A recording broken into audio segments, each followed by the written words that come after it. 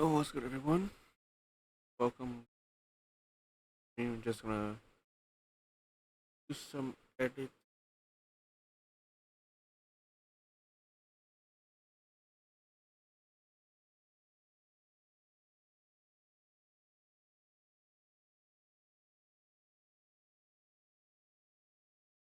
Oh, some like wait.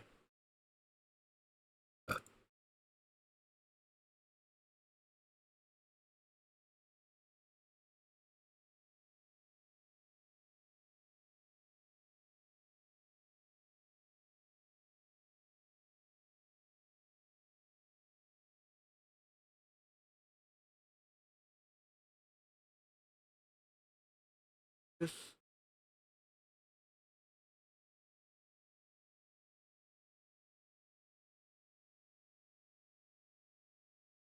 oh yeah.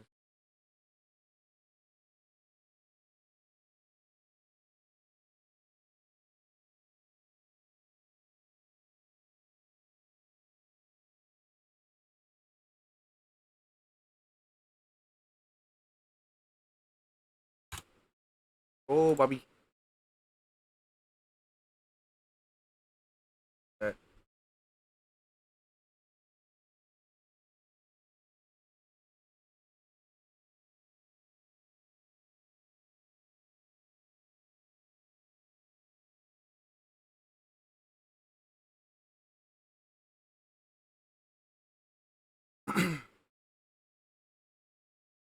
Hey, bukan. What, bro?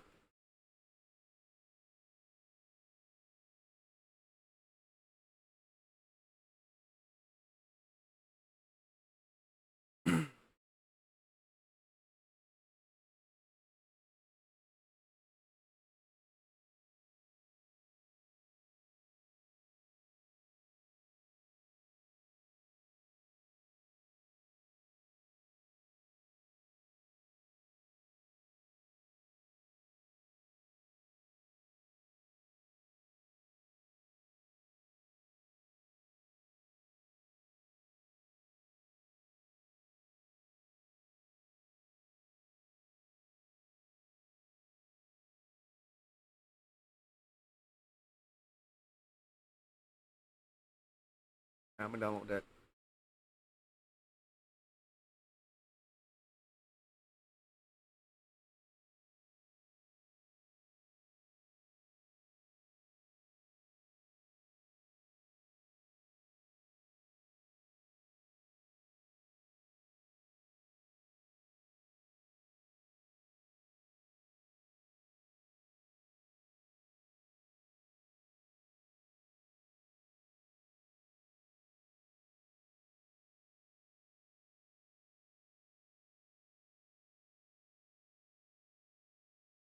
Hmm.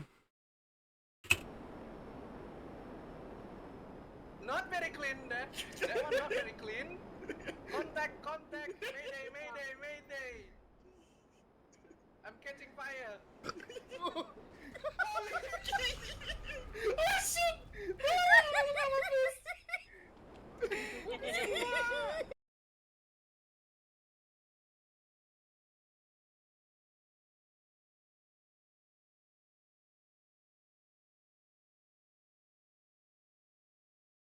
Oh yeah.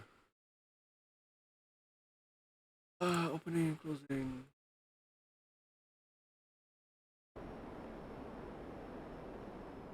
Not very clean, that. That one not very clean. Contact, contact. Mayday, mayday, mayday. I'm catching fire. Holy All right. Was there video editing?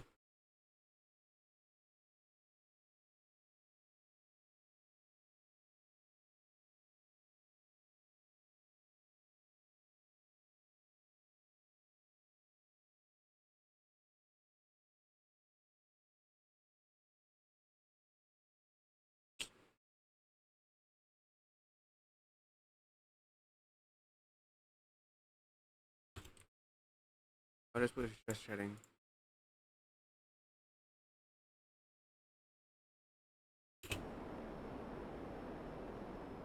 Not very clean, that one not very clean.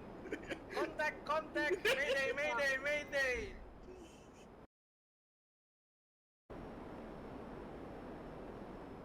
Not very clean, that one not very clean. Contact, mayday. I'm catching fire.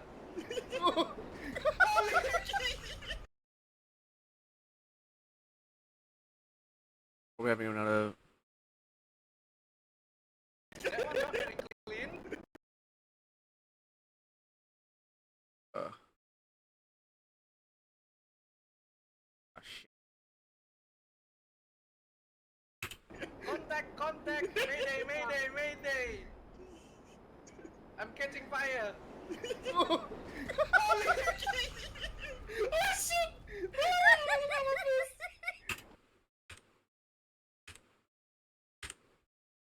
Alright, then.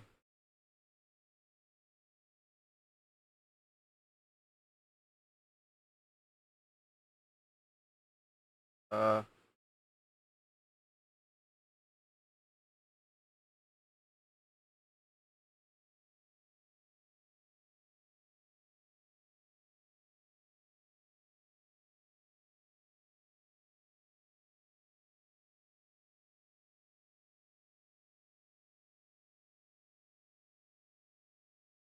Oh.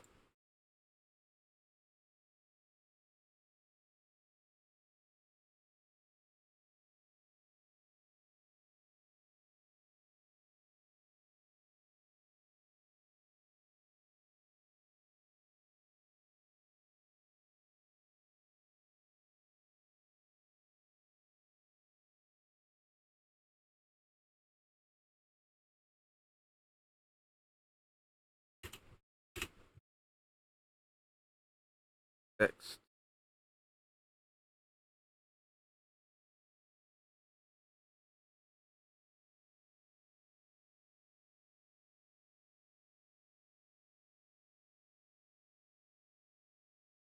Oh, fuck you.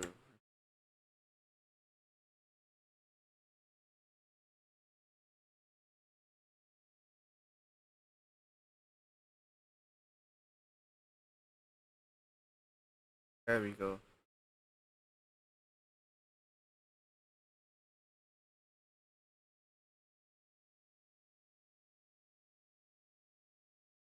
Oh, is that?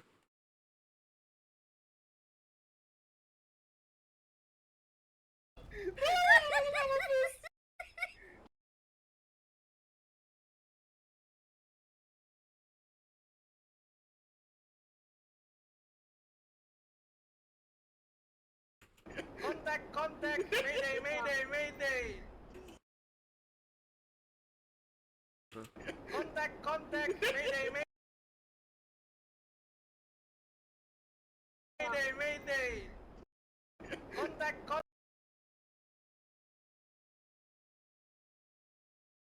Contact. Contact.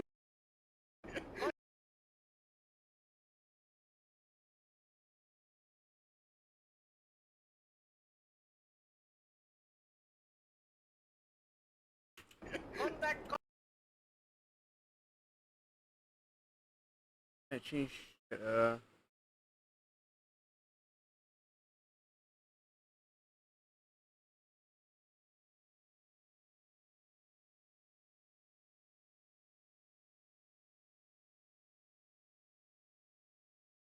Contact, mayday.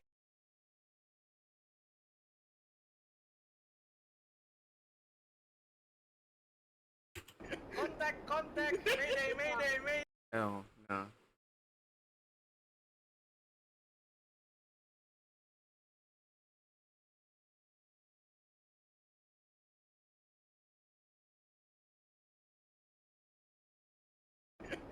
Contact, mayday.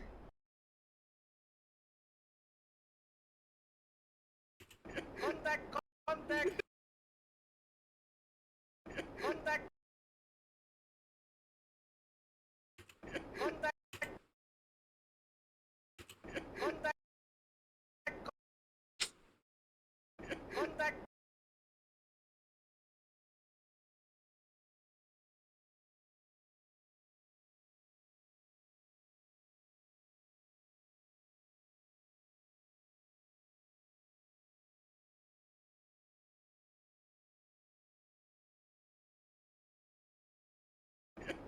Contact! Mayday! Contact! Mayday! I need to get my food.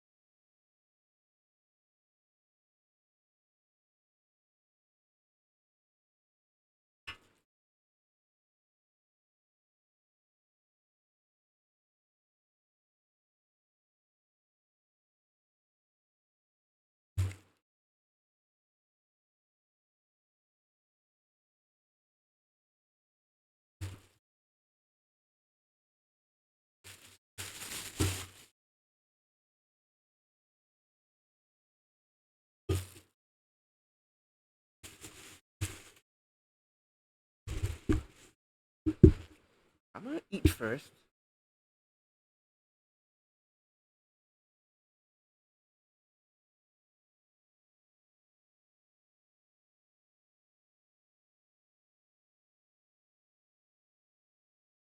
I'm hungry.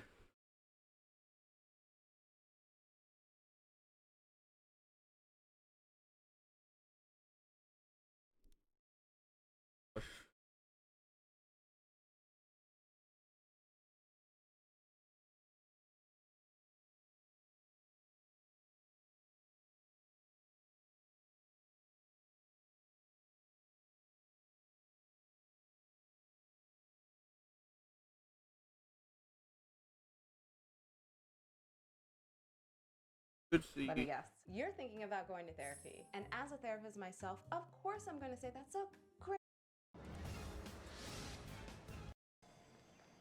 Vicky, look, I've got. Oh, this is the thing. Oh,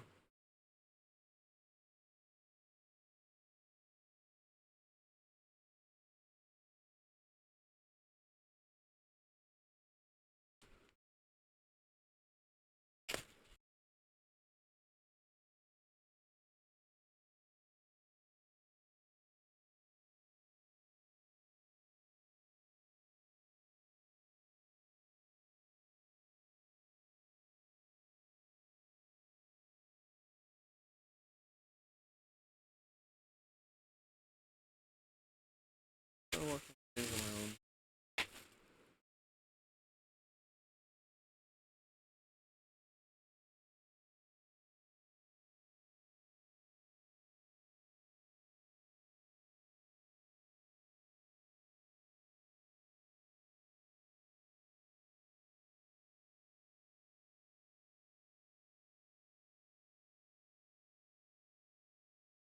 Wait, actually.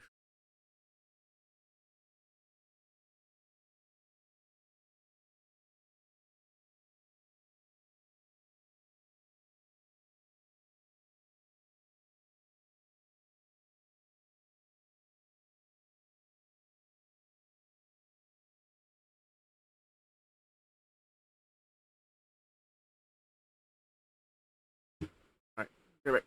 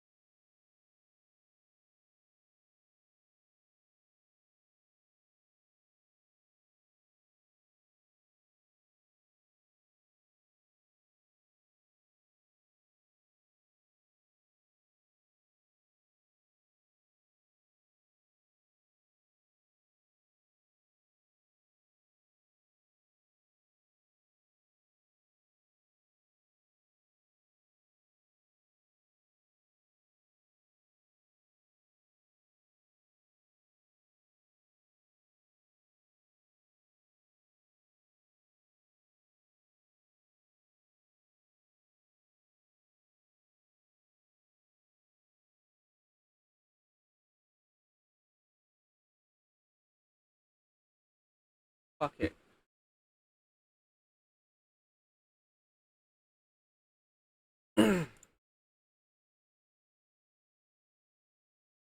Just watch the rally.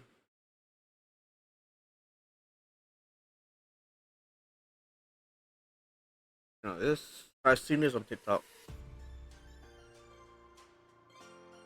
Not this campaign thing. Oh, it's a stream. Right.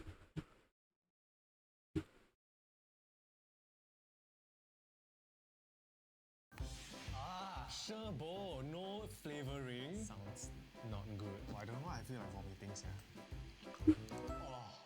I've always wondered what the best water is in Singapore, so I went out to buy every single water that I could find, including some that I would never ever buy, like this Rhinoceros brand cooling water. What the hell is this? I'll be rating them on my giant tier list, starting with a blind taste test where we have the most expensive water that we can find versus the cheapest one. Most expensive being Fiji, and the other one is what? Ice Mountain. And one more is tap water. So let's see if I can taste which is which. I've had all before, Fiji, Ice Mountain, and tap water. But I think tap water will be the easiest to distinguish. Okay, I'm gonna try this first. This tastes like, I don't know, don't tell me yet. Guess this is tap. Okay, ordinary water. This one has a bit of a taste to it, a very subtle, like plasticky taste. This one feels more clean, but sekali this one tap water. Okay, I'm gonna say tap water, Fiji, Ice Mountain. He's right. Really? Yeah. Ah, let's go! Oh my my god, you can actually taste it. You can actually taste. Tap water was easy because I've drank my tap water multiple times, so I know the taste. Like this chlorine taste. Wow, Fiji water actually got difference. It tastes clearer, it tastes To me, cleaner. Fiji water always tastes a bit thicker. And yeah, there's a bit of a thickness to it. Oh, I'm impressed. Yeah. We also need to rank our waters on our tier list. I just drank the most expensive plain water that we can find, and the cheapest one. Apparently, Ice Mountain is the cheapest one. Also, why our pictures puny? AF, no budget. We can only afford tiny pictures of bottles. Fiji gets it tastes clean. Fiji gets between A and B. Ice Mountain is a water that I always buy though. It's one of my default waters. It's cheap, it's decent. But now that I've tasted Fiji side by side with Ice Mountain, there is a difference. Ice Mountain tastes a bit plasticky. So maybe C. Let's place it at C. Decent. Okay, now we have 3 bottles here. This is a Prime's very own water. I'm actually quite thirsty, I didn't drink. Oh, I can taste the bottle, man. Yeah, I can taste the plasticky bottle of it. Next we have pH balancer. I've never seen this before. Is this pricey? Do you know how much this is? Average, but on the slightly pricier side. Ocean alkaline iron water. Wow. So I guess this balances the pH in my body.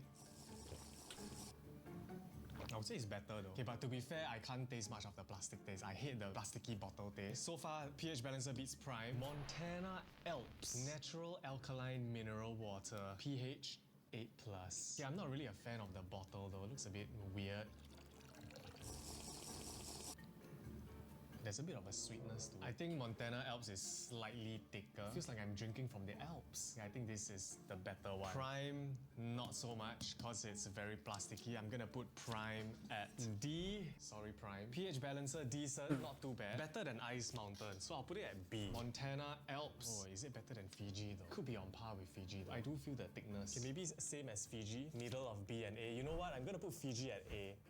I'm surprised that I can taste the subtle differences in the water. These are our next 3 bottles. We have 20 bottles to try. 20 different types of water. I've never seen this before. What? Fizz? What the fuck is fizz? Looks like some bottle that they'll give you for free at like a seminar. This is a seminar water. Looks can be deceiving. Wait, it's also healthier choice. Isn't all water Yeah, healthier choice? water is just healthier. There's a healthier choice water. Yeah, I don't know about this one, man. Surprisingly, no plastic taste, and it's quite smooth. Okay, Fizz, you impressed me. Next, we have Spritzer Natural Mineral Water, China brand, I think. It has a taste award too, apparently. An award for taste. Better taste fucking good. I've never had this before. Spritzer. Maybe today I'll find my new favorite water. Oh shit, I think it's all starting to taste the same. Man. This is Fizz.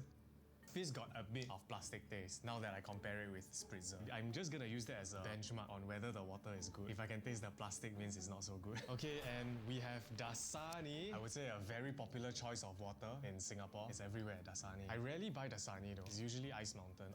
It's a production water. Like film production, crew always drink Dasani.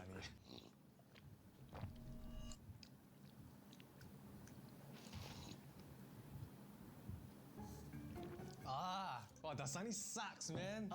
Crew people really getting tortured by buying this cheap ass shit for the crew. Plastic taste is so strong eh. But you won't know unless you compare it side by side with other waters. On set itself or wherever, if you're thirsty, you just gulp it down, right? Producers, PAs, please at least buy Fizz for your crew. Tastes way better than Dasani, man. Oh my god, I didn't know Dasani tastes so bad. I didn't know, you know. Do you want to Wow. guess which one is the most expensive one? among these 3? Based on packaging, I would say Spritzer. And then this is cheapest, this is second. So cheap, medium, expensive. The middle one is the most expensive, but Dasani and Fizz is the same price. Price. Fizz for the win. At least Fizz over Dasani. Oh wow, I'm shocked. Fuck you, Dasani. Disappointing. Okay, Dasani obviously gets F. I'm sorry, man. I'm sorry, Dasani fans. The plastic taste is just too strong. Spritzer, not bad. Quite clean tasting. I'm gonna put it B for Spritzer. Fizz is decent. A hint of plasticky taste. Slightly less plasticky taste than Ice Mountain. So I'll put it between B and C for Fizz. Oh, shocking round, guys. Dasani, the crowd favorite, falling. Now it's Aqua, another famous brand. I wonder if it's only famous in Singapore or not. Do other countries drink this? I remember my dad will always buy Aqua when we go on hikes, like day hikes or day just hiking. Always Aqua, the 1.5 litre bottle Aqua. Fond memories of Aqua. Don't let me down, Aqua.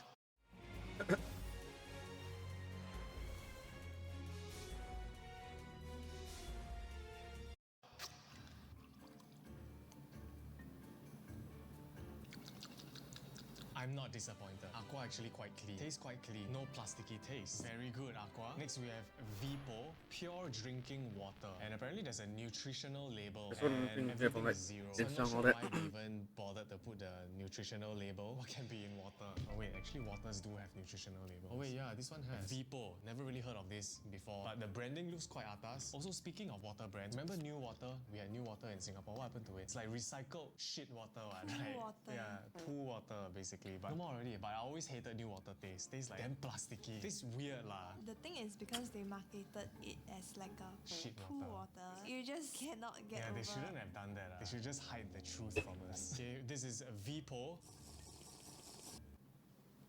Oh, yeah, you saw that face? You saw that face? It made my face go like that. Means it's not good. There's a little bit of sourness to it, plus plasticky. Like, no, Vipo, no thank you. Now we have Lamineral, 8 milligrams of sodium, 0.8, wow, there's a lot, but they have sodium, potassium, magnesium, calcium, dissolved solid, not sure what kind of solid, bicarbonate, chloride, nitrate, sulfate, silica, fluoride. So many things. It really is Lamineral. What is this, man? So full of minerals. Wow.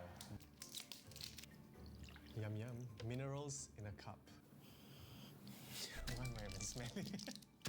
There's no smell. Bruh.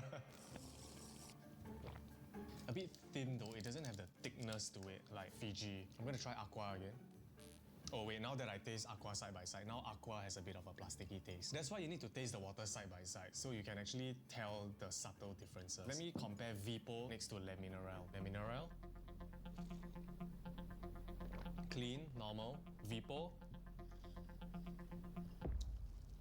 Yeah, still has that sour taste. I think the verdict is in Lamineral, Aqua, then Vipo. Lamineral doesn't have that thickness to it. It's a good base water. It's just good, clean water. Not much of a premium feel to it. What are the prices of it? That is the Most expensive. I would say this is the second most expensive, or same. No, that's the cheapest. Cheapest. Oh, really? And then medium, cheapest. My taste buds are working. Lamineral, B, I'll give it a B. Decent water, decent water. Aqua gets a C, decent. Yeah, same as Ice Mountain. And Vipo, lower than Aqua for sure. D, do we rank it same as Prime? Yeah, I would say so. Yeah, I think our tier list is quite accurate so far. Our final round of natural mineral water. Next, we'll move on to like all your weird ass waters like cooling water, your what 蛇草水. But now we have Polar versus Evian. I always like the design of Evian. Look at that, so clean, nice bottle shape. Yeah, I think Evian gets like A Yes. for bottle Good design. ST. We'll try Polar first. Polar just gives me the same vibe as Ice Mountain and Aqua. A similar tier, but I don't want to prime myself just by the packaging. Polar water. Yeah, still got a bit of the plasticky taste. Tastes similar to Ice Mountain. Okay, next is Evian. Evian. Ooh. Wait a minute. This is the first time I'm tasting sweetness in water. How do they do it? Where do they get their water from? Natural mineral water. From the French Alps. Must be the French Alps lah. So sweet. Huh? Oh, it really tastes different, yeah. Wait. This tastes flat and plasticky. Evian tastes sweet and just slightly thicker, but the kicker is the sweetness. There's a bit of a sweetness to it. Quite surprising, but I don't know if it's because Polar is so shit that when I taste it side by side with Evian, Evian just tastes like spectacular. Let me taste Evian with Fiji, because Fiji right now is the highest, is A. Polar, okay, I'm sorry brother, you are just out of this race. Fiji. How am I already underwater? I'm in the same boat. I'm in an actual boat. Because I've been using Grammarly. The power of the two top waters is so strong that even my lucky cat fell. So we're gonna mix up the waters because I don't want to know which is which, but I want to see which one I prefer. Evian might topple Fiji. I actually really like the taste of it. The sweetness is quite nice. And they always say like, oh, water from the French Alps, from whichever Alps la, Alley, Epi. Is it actually from the Alps? How will we know? We'll never know. For all we know, it could come out from like their own piss and we wouldn't even know. Right here, we have Fiji and Evian. I don't know which is which.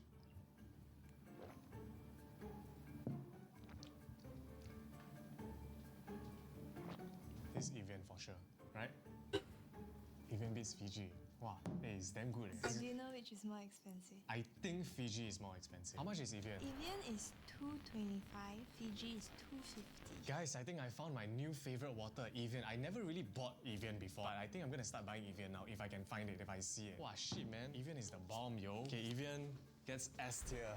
Evian S, our first S. Fiji's still good, still very clean, a bit of thickness to it. Yeah, it just doesn't hit. It just doesn't hit like your Evian. There's something sweet about it. Polar, oops. Yeah, Polar was so shit, I forgot about it. You know what? We don't even need to rate Polar. Polar is... Get out of here, Polar! We now move on to our cooling water round. So I just learned that cooling waters are a TCM thing. A lot of TCM sell it lah. Like cooling water, cool down the body. It's to reduce heatiness. And I like that all the brands are like king animals, bro. You have Cool Rhino, you have your Rhinoceros brand, you got your 3 Legs cooling water. Where's the Sun Wukong monkey god water? We'll try the Cool Rhino first. I don't know if I even drank cooling water before. Is there even a difference? We'll find out. So this is Cool Rhino. It'll make me have the vitality of a rhino. Is this even a cooling water? It tastes like regular water. So what's the difference between cooling water and regular water? It has certain minerals within it to help reduce body heatiness and symptoms. So if like, let's say you have sore throat or feeling feverish, Buy cooling water. buy cooling. I like this bottle design. Look, there is no nutritional label on it, but if you turn around, the water actually magnifies it and the label is behind on the same sticker. That's quite cool. But I also realized it's all from the same brand. You can see the 3-leg icon inside and it's similar to this 3-leg cooling water. So these two is actually the same company. And maybe even this because it's Rhinoceros. But I have to say this one has quite a bit of the plasticky taste. We'll try the Rhinoceros brand cooling water. Also, I really need to piss, man. I need to go to the toilet already. They kind of taste the same. I think one of the key ingredients in cooling water, it's called gypsum fibrosum. In Chinese, it's called Shi Gao. It's a type of plaster stone containing calcium sulfate and is said to be cooling by nature. Plaster stone sounds not good. But it's a trusted ingredient in many traditional TCM. Yeah, but these two kind of taste the same. Both also have plasticky taste and they both taste like regular water. If you told me this was regular water, I wouldn't think it's cooling water. Okay, next we have 3 Legs cooling water, but this one is flavored. It has juicy guava. So flavored water for relief of body heatiness, no preservatives or coloring, and it also has the Singapore Prestige Brand Award. Yeah, I seldom drink all these cooling water, so maybe it's very popular among you guys. Have you guys drank this before? 3-legged cooling water. Let's see if you can taste the juicy guava in it. Quite excited to taste this. Oh, I can smell it already. I can smell. Oh, this sure can taste already. I can smell the guava. This is Grand RP, your new life in GTA 5. Here, you will find everything you need for full immersion.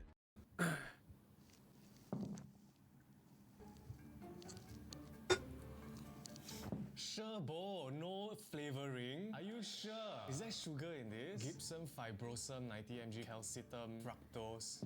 Taste it, taste it. I have to say, it tastes kind of bomb. It's quite nice. It's quite nice. You know what it reminds me of? It reminds me a bit of Pink Dolphin. Like water, but like sweet. Or are they branding this as water? It's like a drink already. This will not quench my thirst. But I don't see any sugar on the nutritional label. So, or maybe they just never put. Fructose is the sugar, but it doesn't stimulate the release of insulin the same way as glucose does. So I guess it's a healthier sugar. But I don't know where this falls in the whole beverage industry. People want a sweet drink, they would just buy a sweet drink. They will buy a fruit juice, a fruit drink, or Coke, even Sprite. And if people want water, they'll just buy water. So where does this stand? Quite nice lah, it's quite nice taste. Cool Rhino, I'm gonna give it a maybe D. Rhinoceros water because of shitty packaging, or I just don't like the packaging. This is a personal thing. I'm gonna put it at E. And this, surprisingly, I enjoyed it. So I'm gonna rate it between C and B. You see how you're rating this higher, so it entices younger generation.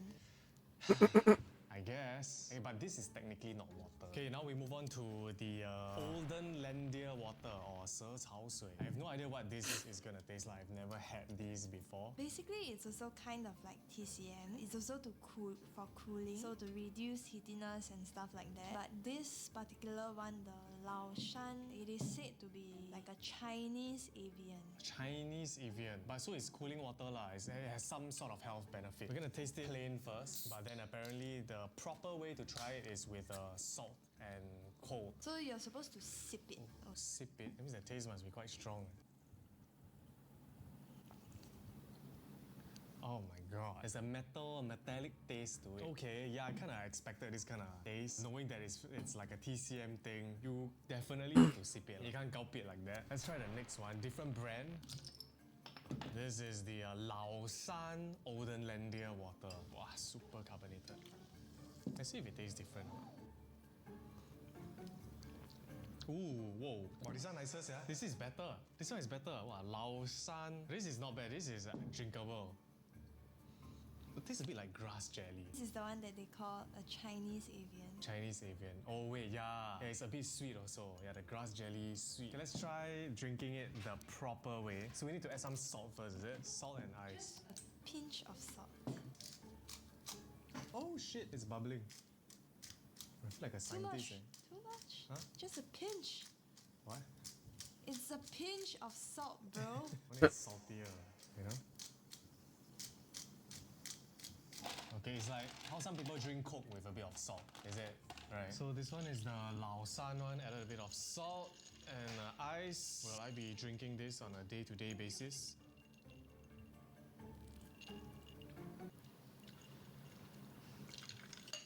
Too salty. A bit. I can see the appeal, but it's a very old people kind of thing. Actually not bad lah, it's not bad. Let's try this one. I think this one might taste a little bit worse.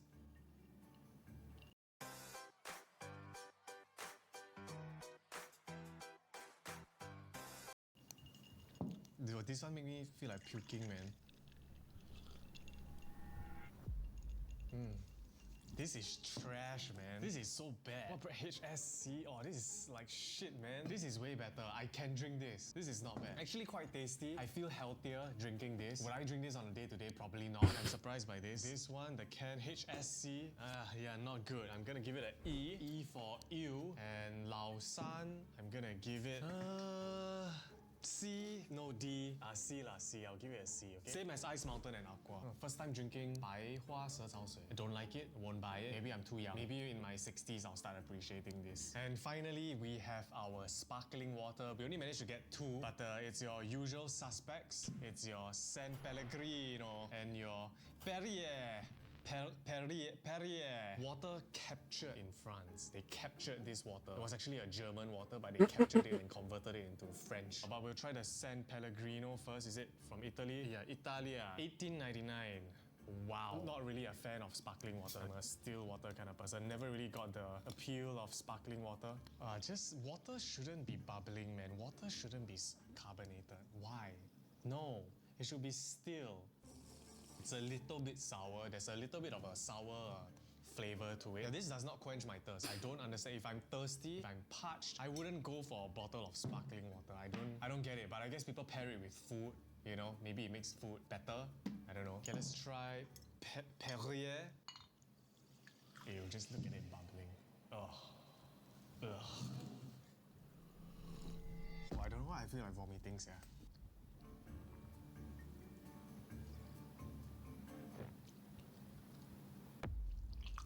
Oh, yeah, there's a weird ass aftertaste in this.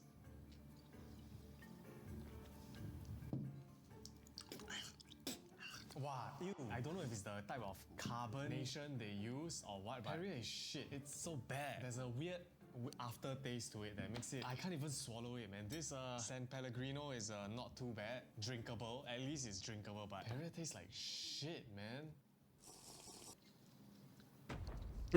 It's like just old plastic. There's an old plasticky aftertaste to it. I don't know what it is, but okay, let's rate it. Perrier, oh my god. I will never go close to this. I will never ever. If I see it in a supermarket, I'm leaving immediately. I'm not good. I don't want to stay close to this thing at all. It's so bad. Perrier gets a G. We don't even have it on the tier list. I'm gonna give it a G for get the fuck away from me. San Pellegrino gets sparkling water, decent.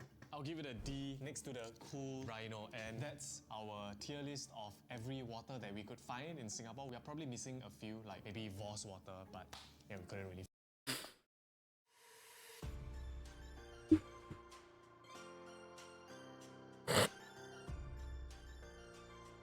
There have been a ton of cult favorite brands in Singapore that at the time seemed too big to fail. But why did they fail to capture Singapore, and what led to these mega brands being kicked out of the country? We're starting with Carrefour. What a nostalgic thing to say. Do you remember Carrefour? I only remember one outlet, Plaza Sing. Yeah, they're known for their long travelators. But damn, brings back memories. The French supermarket juggernaut Carrefour stormed into Singapore in 1997 with ambitious plans to dominate the local supermarket scene. Also guys, I already googled, it's pronounced Carrefour, not Carrefour, not Carrefour. I used to pronounce Carrefour, but yeah, it's called Carrefour. Back then, FairPrice was the reigning champ in Singapore, so when Carrefour announced that it was expanding to Singapore, it definitely made FairPrice ballsack quiver in fear at the looming showdown that they were about to embark on. It was like a David vs Goliath situation. Although FairPrice was a local champion with a 50% share of the Singapore market and 60 outlets sprinkled across our tiny island, Carrefour was a global titan. Carrefour. The French juggernaut boasted over 250 stores globally back then, including a rock-solid Asian empire with 33 outlets in China, Hong Kong, Malaysia, Taiwan, and Thailand. In 1997, net income soared to a staggering 12 billion Singapore dollars, dwarfing FairPrice's respectable but modest $720 million, like a skyscraper overshadowing an HDB block. Okay, maybe not an HDB block, $720 million is still very respectable. I would say FairPrice was like a condo, right? And then Carrefour was a skyscraper. Yet what truly set pulses racing was Carrefour's game-changing weapon, the hypermarket. It was the first time this concept was brought into Singapore, and it wasn't your average grocery shop. Carrefour had perfected a retail revolution, unleashing massive stores that blended everyday essentials with a dazzling array of electronics, appliances, and fashion. It was a supermarket pumped up to Herculean proportions, and it threatened to rewrite the rules of the game in Singapore. Whenever my parents wanted to bring me to Carrefour for like grocery day, you know it was gonna be a fun day because there were so many things to look at. You look at clothes, electronics, you know, it's just so stimulating in Carrefour. FairPrice Group CEO Tan Kian Chew even said when Carrefour landed, it was like an intrusion by aliens into Singapore. They were among the top 10 operators, very big and very aggressive. Carrefour was so confident, in fact, that they had plans to open one hypermart every year for 5 years in Singapore, even before their first outlet had opened. Honestly, I think this is a good thing. Like, competition is always a good thing, especially in such a small place like Singapore, because you don't want a single entity dominating and controlling the prices of any industry, really. So I think this was a wake-up call for FairPrice. Because Carrefour had a worldwide network, they could draw on their economy of scale to buy products at a much lower price, even making a bold guarantee that Carrefour's prices would be 10 to 30% lower than its rivals, aka FairPrice. And this hit FairPrice right at its core value of providing affordable essentials to its customers at fair prices. The only option for FairPrice was to counter-attack. This is our home country, you cannot pack up and go, said Tan Kian Chew, and thus commenced one of the biggest unseen battles in supermarket history. Carrefour's debut at Suntec City caused great hype among Singaporeans with its huge layout and signature travelators. FairPrice, on the other hand, had to watch gratefully from the sidelines. But the final straw broke when Carrefour decided to secure a lease at Hougang Point, a mall in the heartlands of Singapore. The heartlands are FairPrice's home territories, their home ground. Almost every heartland in Singapore, you would see a FairPrice because that's their target audience. So when Carrefour wanted to bid for a lease in Hougang Point, FairPrice couldn't just sit around and watch as this unfolded because they were stepping into their territory. Chandra Singh, FairPrice's chairman, took drastic actions by securing a meeting with Far East Organization, who was the mall developer of Hougang Point, where they stated that they would match whatever Carrefour offers. This fearless counterattack thwarted Carrefour's expansion dreams, and the lease was finally awarded to FairPrice. Losing Hougang Point proved a crucial blow to Carrefour. If Carrefour had gotten Hougang Point, my guess is that they would have gotten a few more and they would have stayed, said Chandra Das. After a grueling 9-year slugfest, Carrefour waved the white flag in 2012, abandoning Singapore with a bitter admission. It couldn't topple FairPrice from its perch. In the hypermarket business, if you don't have the economy of scale of at least 5 good outlets, you are unlikely to make any money, Tan Kian Chew explained. FairPrice had crushed its fiercest foe by snatching Hougang from Carrefour's grasp. In 1997, they landed a devastating early strike, and against all odds, the local champion had stared down a global Goliath and emerged victorious. The surrender came in 2012 when Carrefour announced that it was pulling out of Singapore, and honestly, I was very sad that there was no more Carrefour in Singapore because it's a childhood. Carrefour has this very atas feel to it. Like, hey, let's go Carrefour. Like, oh shit, boy, we're going Carrefour and not NTUC. While we're on the topic of retail giants, we have to talk about the online retail giant, Qoo10, another very nostalgic brand. Q10 or QOO10? Qoo10. Qoo10. Qoo10? I used to pronounce Q10 lah, but what do you used to say? QOO? I say Q10. Q10, yeah, I think easier to say, you know. Q10, which was once a leading e-commerce platform in Singapore, is now facing a winding up process. Like very recently, this was just announced only last year in 2024, which basically means that they are being forced to sell all their assets and pay back their creditors. But how did this Singapore-registered company, which back then seemed too big to fall, actually meet its demise? 19 claims have been filed with a small claims tribunal against Qoo10.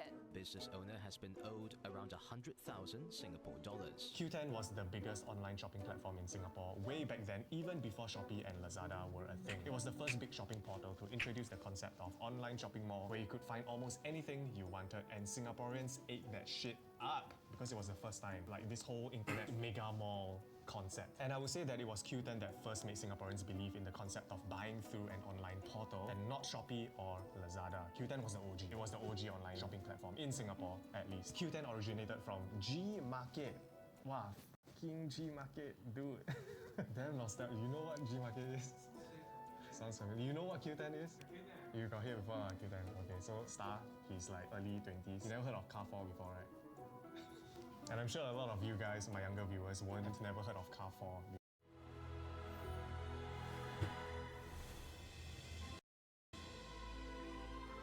Before as well. But there are more nostalgic brands that we'll be talking about for my older viewers, my millennials and Gen Xers. Qoo10 originated from Gmarket, a South Korean platform founded in 2000. It was acquired by eBay in 2009 for $1.2 billion and rebranded as Qoo10 in 2012. It raised significant funds, including $82 million from Singapore Press Holdings. So SPH actually invested in Qoo10, a Singapore company, to compete with emerging rivals Shopee and Lazada. And while Shopee and Lazada splashed money on dancing influencers, Qoo10 had a different approach and adopted a completely different strategy of acquiring other e-commerce platforms, such as India's ShopClues in 2019, South Korea's Tmall, and WeMakePrice in 2023, and even US-based Wish.com, the infamous Wish.com, in 2024 for $173 million in cash. So yeah, in 2024, Qoo10 bought over Wish.com, which we will see why perhaps wasn't the smartest of choice. And it's imperative to point out that they bought Wish.com in cash. Cash, not using shares, for $173 million reduce, which is a very uncommon thing to do. You would assume that Qoo10 was doing very well to be able to cough up such an amount in cash. Or were they? The cash purchase of Wish raised eyebrows because Wish.com was already a declining company, and it's not difficult to imagine why, because I've seen so many YouTube videos of people just buying shitty made-in-China products from Wish.com and then complaining and saying what a terrible website Wish is because of the super cheap and knockoff products. And I guess that's just not a very good brand image for Wish. That's why it started to decline. Also, Temu was storming the American market as well, which severely impacted the sales on Wish. So in hindsight, perhaps it wasn't such a good investment by Qoo10. Everyone thought Qoo10's company buying spree would outsmart Shopee and Lazada's celebrity ads, like your Ronaldo shopping ad. Man, what a shock, huh? What a surprise that was when it landed. I think I even made a video years ago talking about that advertisement, and also the Jackie Chan dancing advertisement. But I gotta say, you know, give it to them lah. They actually got eyeballs. Shopee is known for their cringy and like, I guess, very attention-grabbing advertisement, but that's when trouble erupted. Before 2024, there were no obvious signs of struggle. Qoo10's cash purchase of Wish even suggested that they were thriving, but nothing could be further from the truth. It turned out that Qoo10 had a huge backlog of delayed payments, which they initially claimed as technical glitches. So they tried to siam lah, basically. They tried to like, you know, Tai Chi the responsibility away and say, oops, it's not good.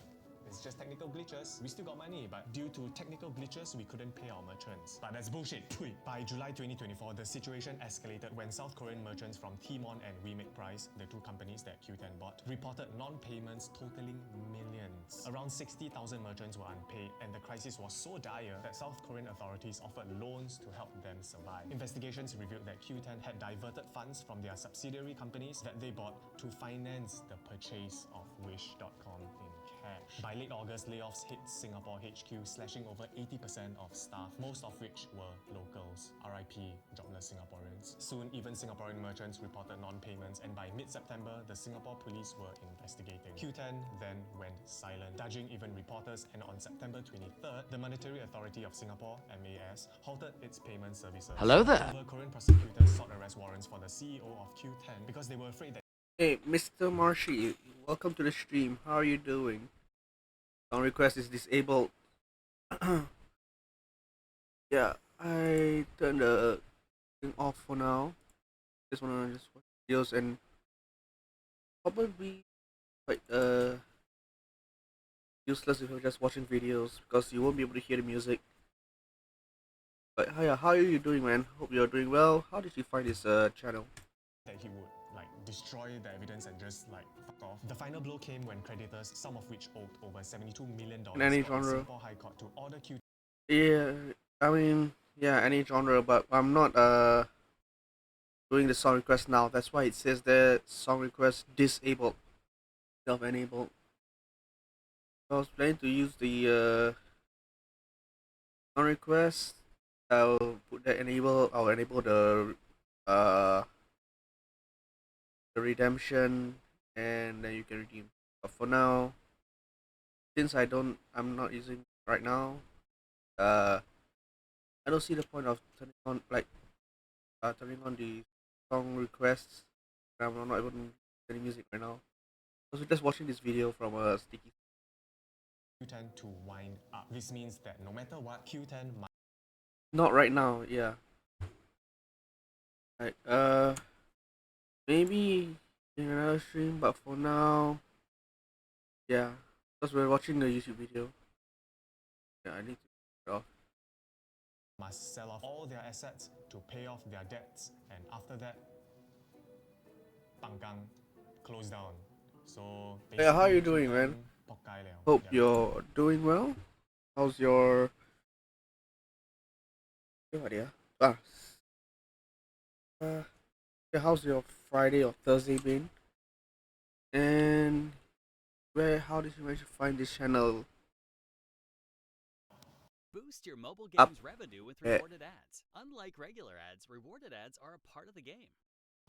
HMV. Holy shit, HMV brings back so much memories. We are transporting back to the early 90s with our long fringes covering half our faces and contrast skinny jeans. A lot of you younger viewers have never even heard or know what HMV is. What is that? Is that a new STD that's coming up?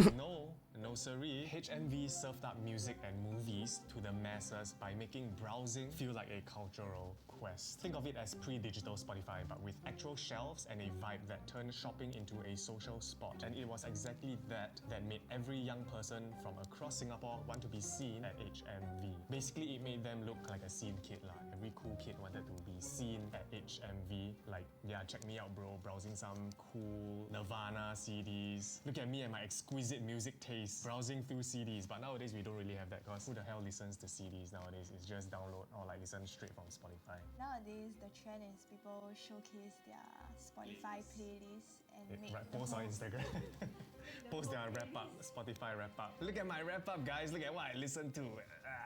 I guess the subpar equivalent today would be that of a cargo pants wearing dude browsing vinyl records at Kapo building, you know, holding a soy milk latte in their hand and a plant in the other hand. Yes, they're holding a plant. Soy boy plant on their hand. Soy boy. $100 plant on their hand. Yes, they hold a plant and browse the vinyls with their nose. But yeah, that was essentially what HMV was, a cool hangout spot for teens and young adults to browse CDs. It all kicked off in 1997 when HMV sauntered into our Lion City with a 25,000 square foot mega store at the Heron in Orchard Road. Now, this wasn't just a store, it was a 3-story cathedral packed with CDs and DVDs. It was the largest music emporium Singapore had ever seen, perfectly timed to ride the wave of a pre-digital era when physical media reigned supreme. Orchard Road was the beating heart of youth culture, and HMV planted its flag like a conquistador claiming new land. The Heron store was a vibe factory. Teens would come in to flip through racks of Backstreet Boys and Radiohead. HMV had listening stations buzzing with the latest earworms such as Wannabe and Creed. Imagine AG teens just fucking emoing in the listening booth, listening to Creed. I'm a Creed, I'm a weirdo. So cool, man. It was a social beacon for Gen Xers and early millennials plotting hangouts for first dates amid the aisles. That's quite cute. Wow. First date. I've never had a first date in HMV, but I can imagine, you know. we were probably too young to do dates there. Young, I never really hung out at HMV though. I think when I late teens, HMV was like dying off already for us. Yeah, but when I was very young, it still gave an impression that oh, HMV like them cool. The chain flexed its muscles further, sprouting outlets in CityLink Mall in 2001 and 313 at Somerset in 2009, cementing its reign as Singapore's music monarch. But alas, every empire meets its demise, and HMV's was brought upon by the onslaught of digitalization. Napster and LimeWire crashed the party in 1999, unleashing peer-to-peer piracy that turned music into a free-for-all. Why shell out $20 for a CD when you could steal it off the internet? Guilty. I used LimeWire back then to like download all my music. Then came the arrival of Apple's iTunes and a few years later, Spotify. HMV's descent was a slow motion car crash. Their kingdom of plastic started crumbling, and by 2002, the Heeren flagship store shrank its footprint, and after 12 years of glory, HMV had to bid farewell to the Heeren. HMV's CityLink store closed in 2011, and HMV consolidated at Marina Square that same year, clinging on to relevance like a fading rock star. Desperate, they pivoted to selling books, t-shirts, headphones, and video games. However, this couldn't stop the empire's fall, and in 2013, the store at 313 Somerset shut its doors, leaving Marina Square as the last outpost. By then, the writing was already on the wall, and on September 30th, 2015, HMV's Marina Square doors shut for good, ending an 18-year run in Singapore, never to be seen here again. However, it's worth noting that HMV has had a steady return in the UK where it originated from, starting around the mid-2010s as vinyl records saw a surprising resurgence fueled by collectors, audiophiles, and younger generations rediscovering analog formats. HMV capitalized on this trend, positioning itself as a go-to destination for vinyl enthusiasts, and by 2019 it was reporting record vinyl sales, often outperforming its competitors in this niche. As of early 2025, HMV continues to thrive in a niche market, leaning into trends like vinyl releases and collaborations with artists, while benefiting from a broader cultural shift towards retro media, which I think is a no-brainer move. I think that was a good pivot for them, like to capitalize on this resurging vinyl trend. That's kind of like the life cycle of culture. It's always regressing back to the past and appreciating the older things, appreciating retro designs, which shares a similar thread with our next brand, Toys R Us. So I had a conversation with our producer, Annabelle, just now. So she pronounces Toys R Us as...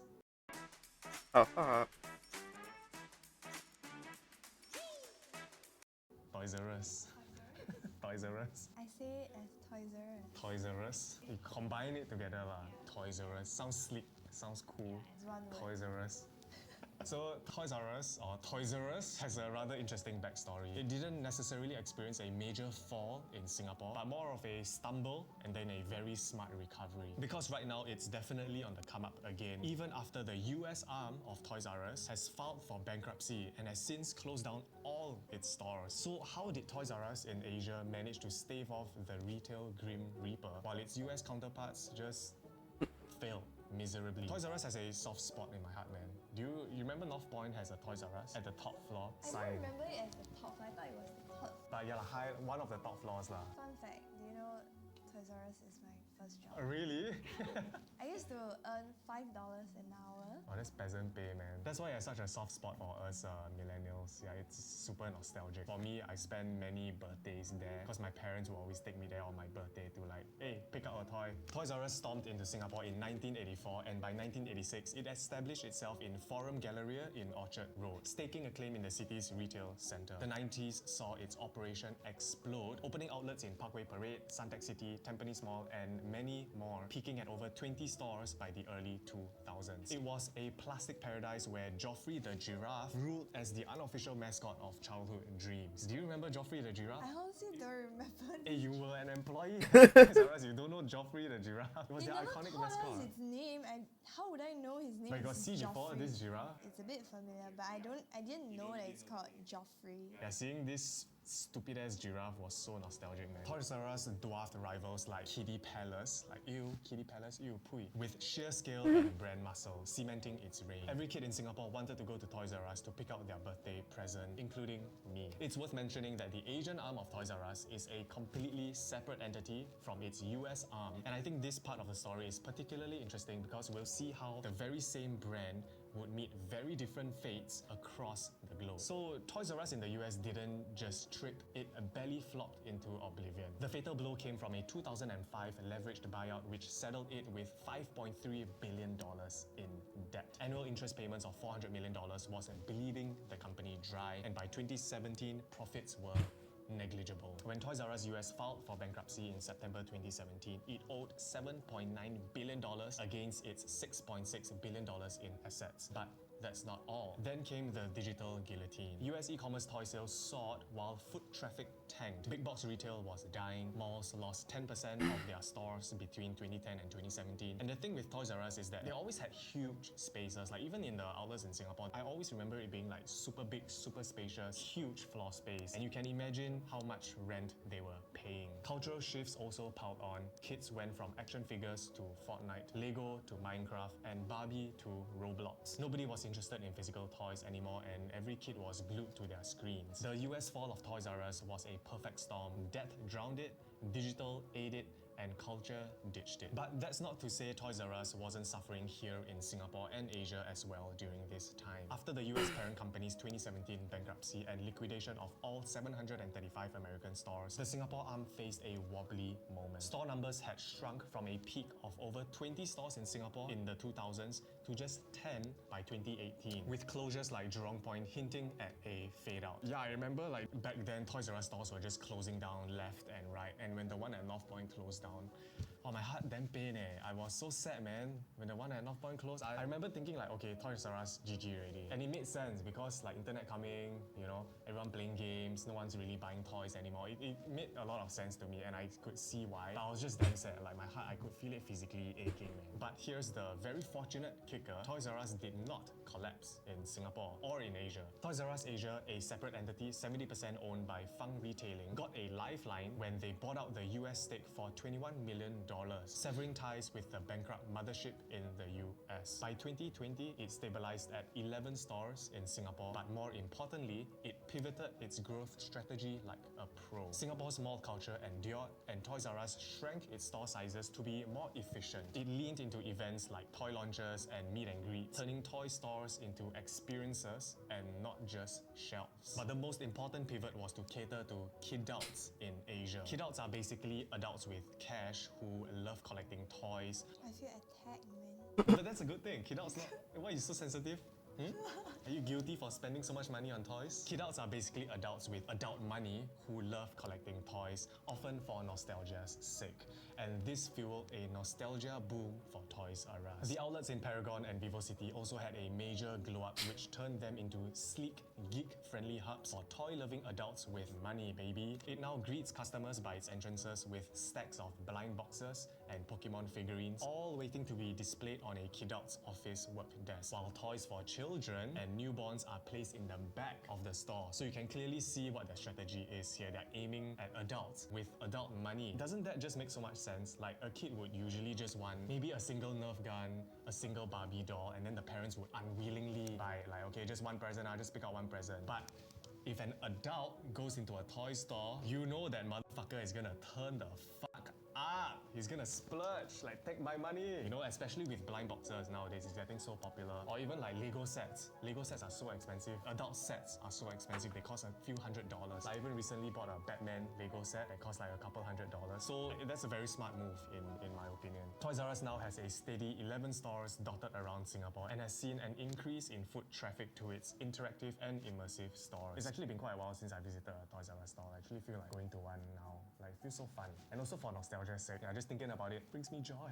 You know, it's making a comeback. Yes. And I hope you guys enjoyed today's video. Consider subscribing if you did. And let me know if you enjoy this kind of videos. I'll be making more, I guess, what would you call this? Things that I find... Alright, back to editing.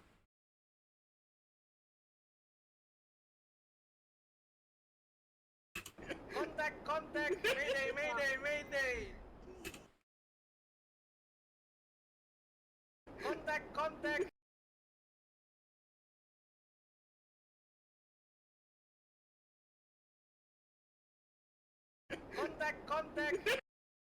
Mayday! Contact!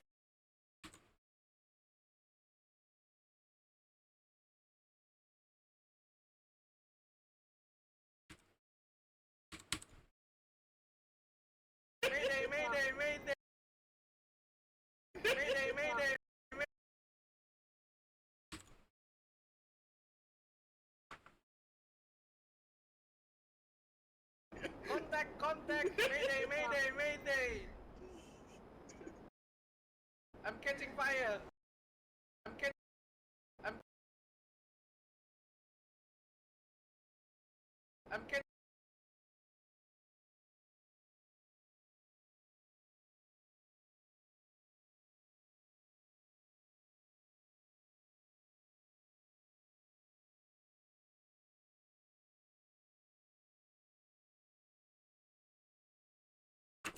I'm catching fire!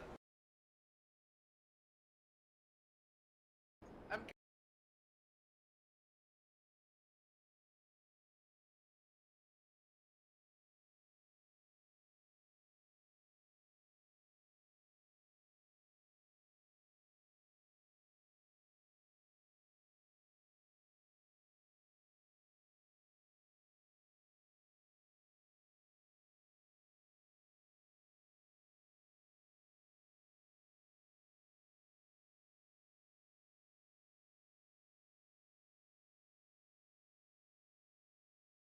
I'm catching fire!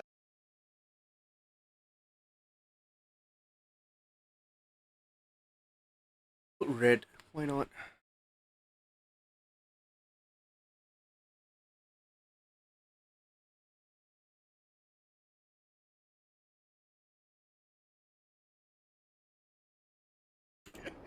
Contact! Mayday, mayday, mayday! I'm catching fire! I'm catching fire! Okay.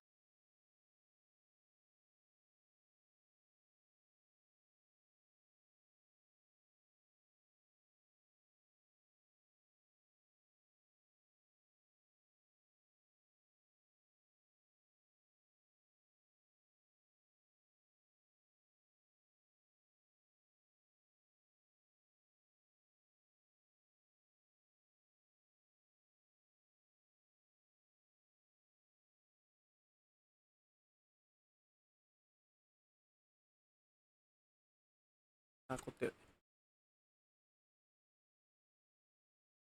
Fucking.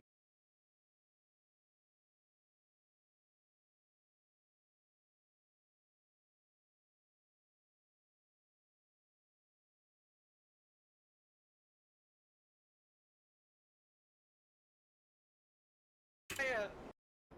I'm catching fire!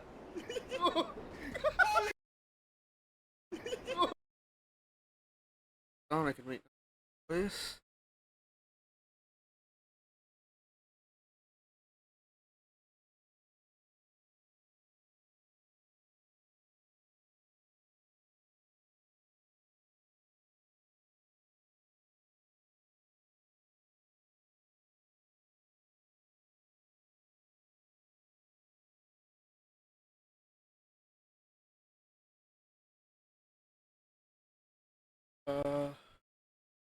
Oh, look at it.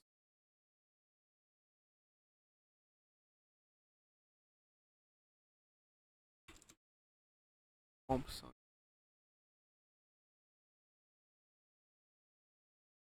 Bomb.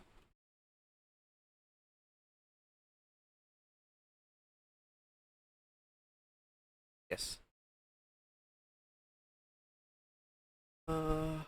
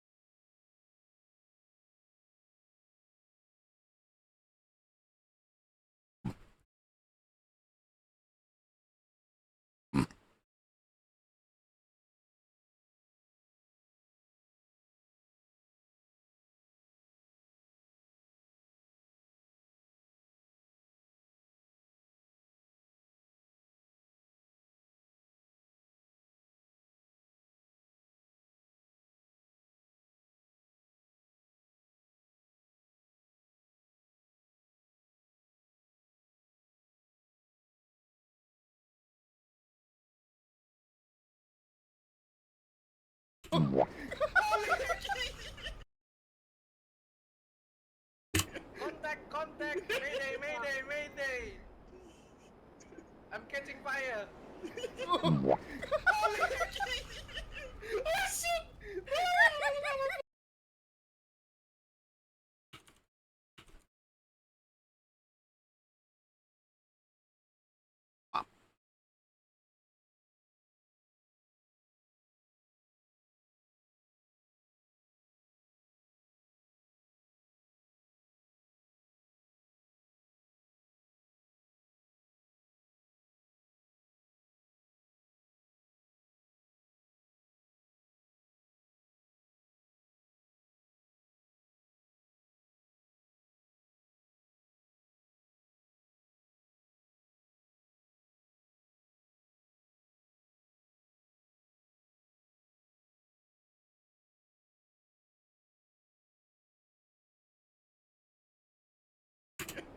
Contact, mayday, mayday.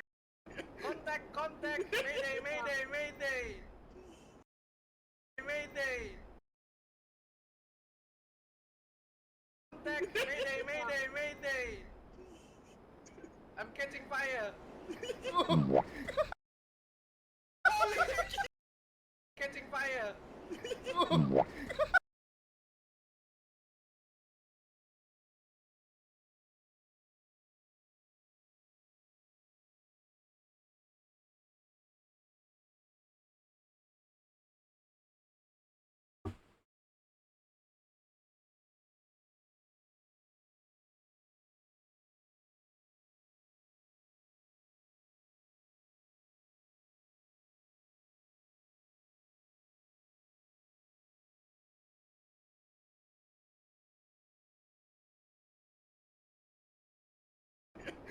Contact, mayday, mayday, mayday. I'm catching fire.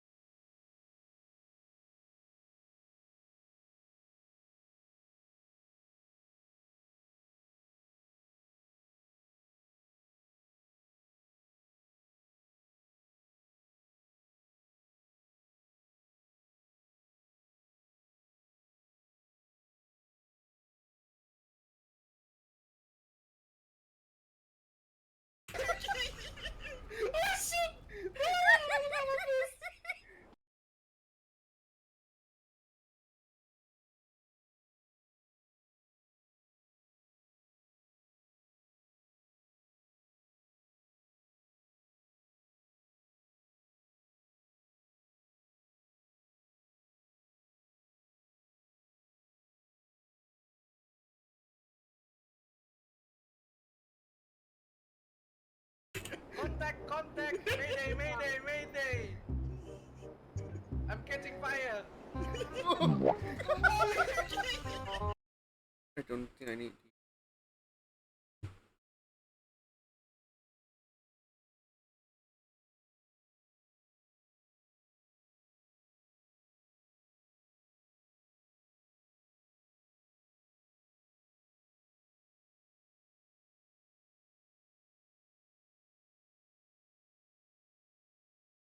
Contact!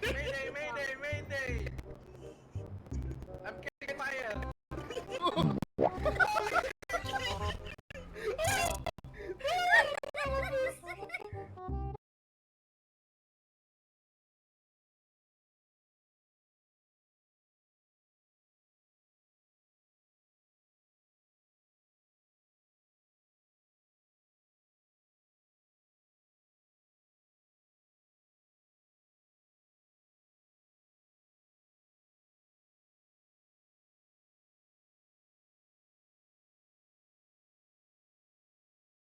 How far this one doesn't have the.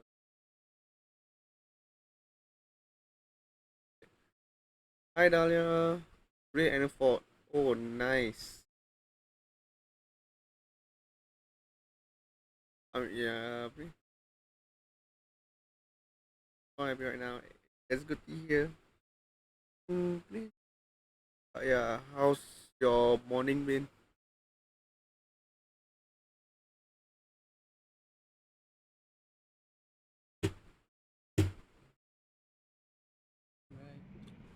Remember it.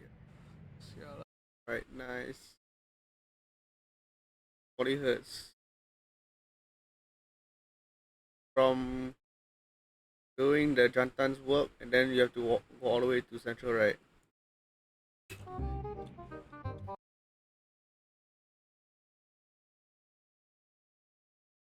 Go back. So back the heavy. Contact! Mayday! I'm catching fire!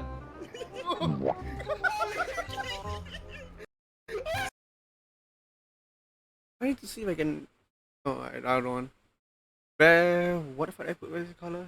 What's my? What's?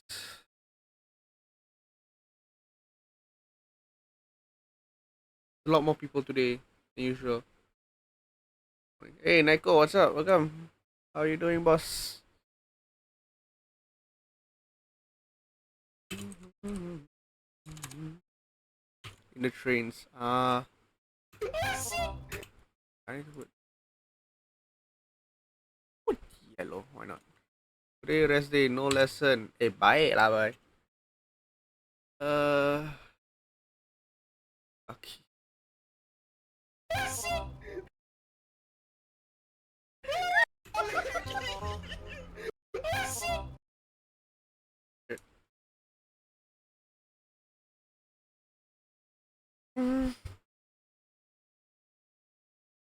Fuck. No, cannot. Bit more orange. Oh yeah, this one kind of bad color, right? Oh, yeah. Since you are not like today your rest day, you just stay at home. Is it like Neko?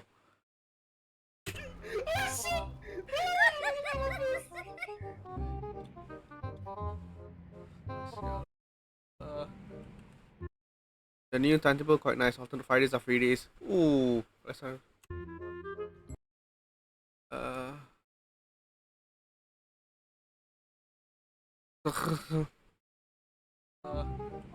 Where's Sri Lanka?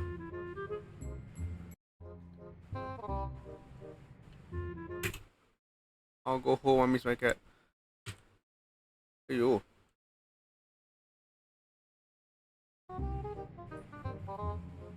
Is it a fucking repeat? Hello, Spotify?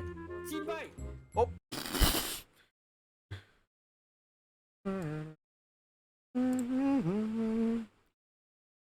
What the fuck? What? Today I going to collect a model kit and I'm going to meet my friend, but tonight I got meetings on my youth to pack all this shit. Repeat? Hello, Spotify? Okay. I mean, that was what's coming from me. Huh?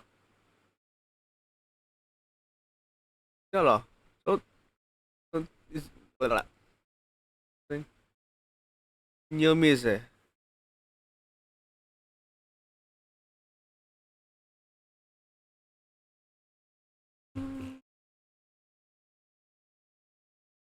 Yeah, I think you better focus on the road crossing all that. Why is...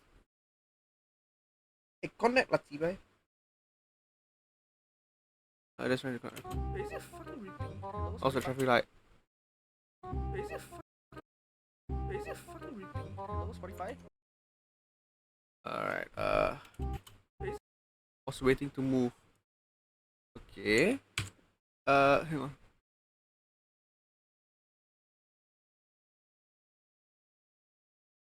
I'm moving this. See the color. Holy shit. I was trying to find me. I was waiting, so I didn't even notice. Oh.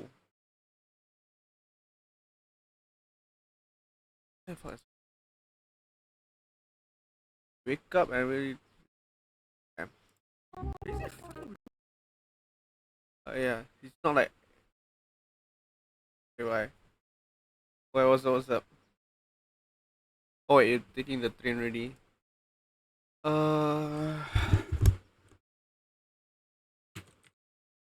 Alright, Nico. Okay. Dalia, safe travels, like, to work,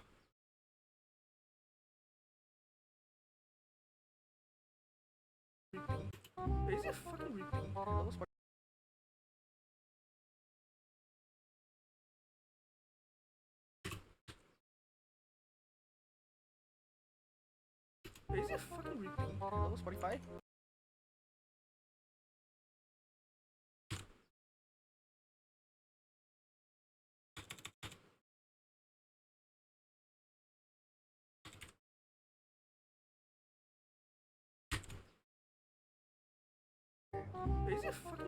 Oh, that's huge.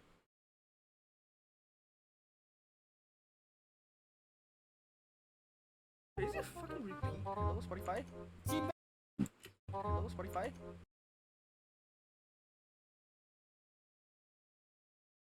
Oh,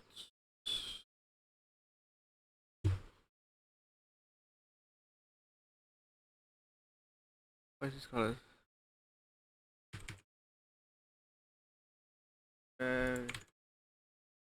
Bro.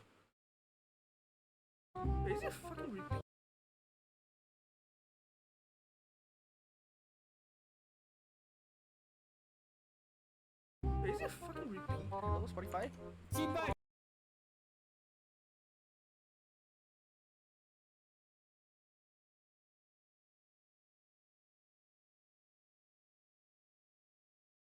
It's,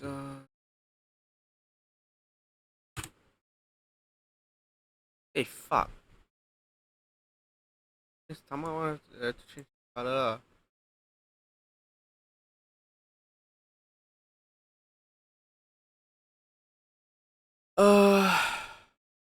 Purple. Contact! Mayday!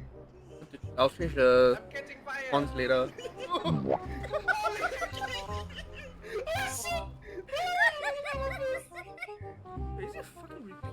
Spotify?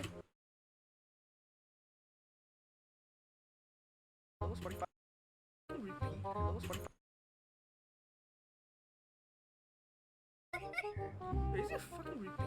Spotify?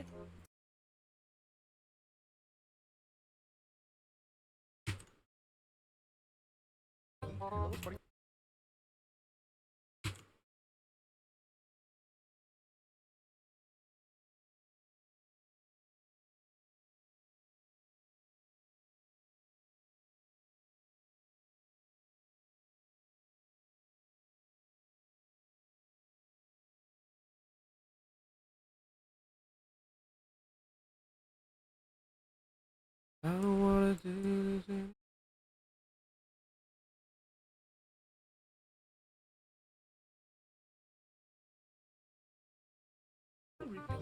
Spotify? Oh.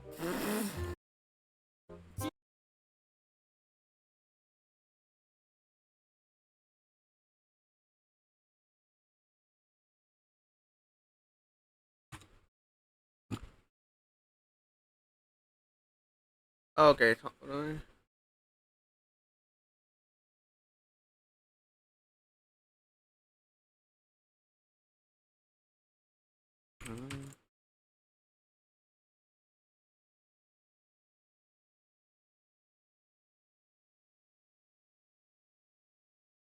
Ah, pantat.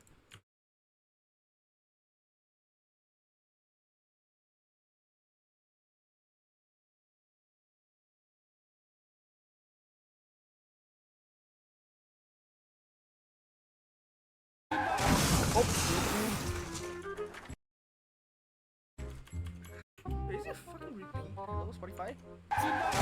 Oh!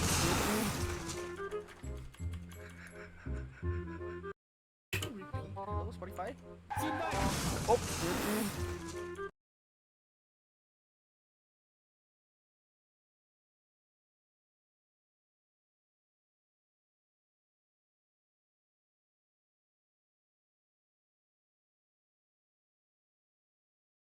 Fucking repeat. Hello, Spotify?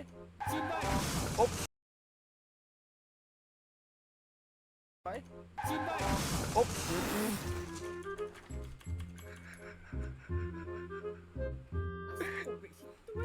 Kasi like taon.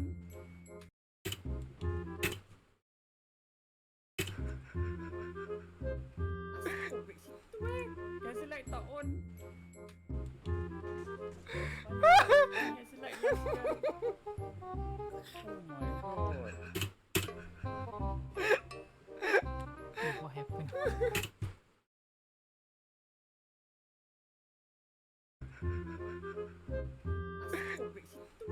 Kasi like taon.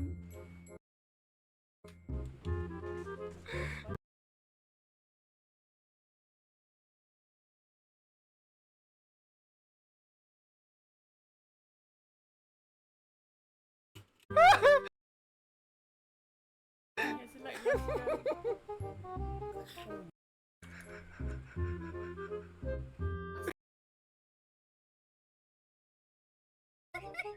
Is it fucking repeat? Hello, Spotify? Oh!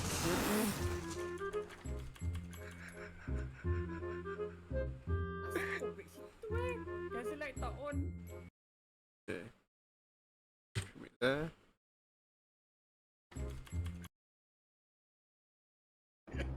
Contact! Mayday, mayday, mayday! I'm catching fire! Oh shit! Is it fucking repeat? Hello, Spotify? Oh!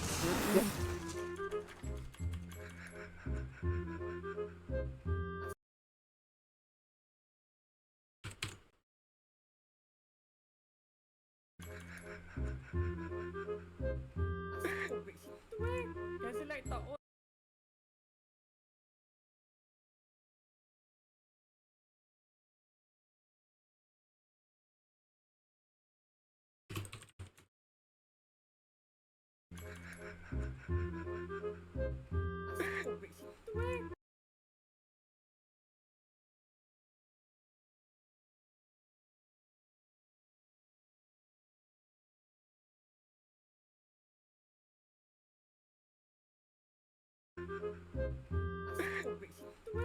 Kasi like taon.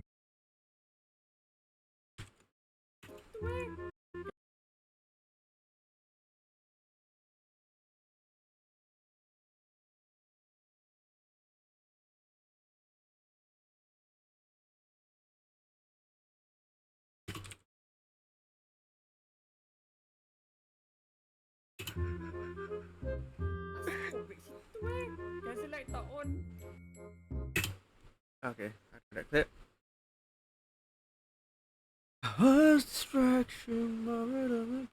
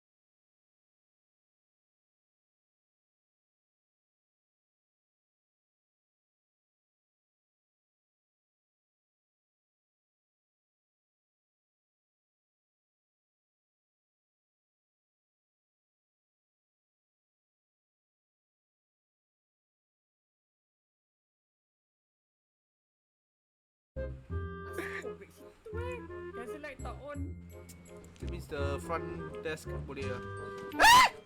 Jeepers.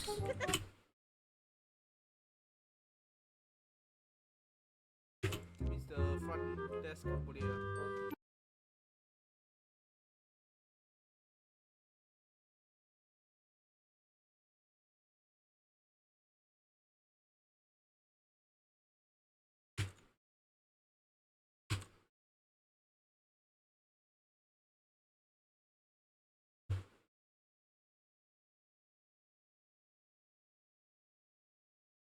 The front desk boleh lah.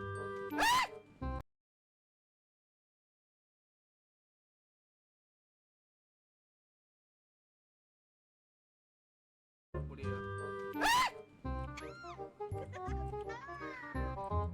Oh, fuck off, I'm in the back room.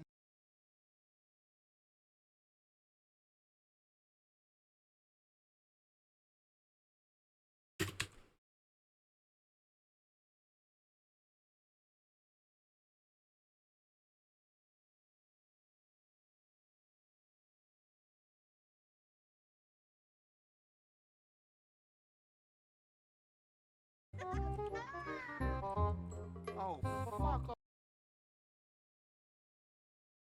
I'm in the back rooms.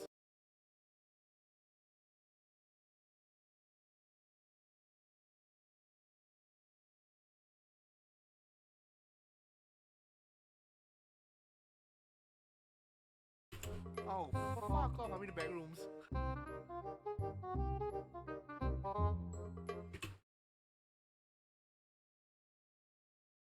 Running around leaving scars.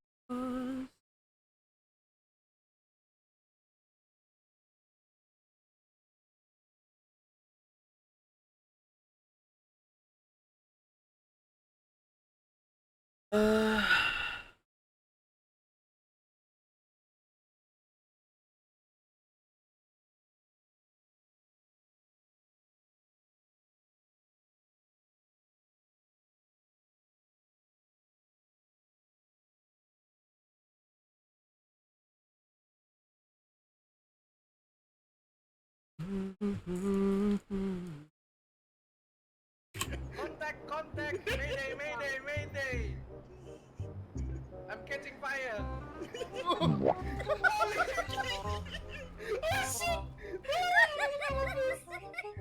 Is it fucking repeat? Hello, Spotify? Oh,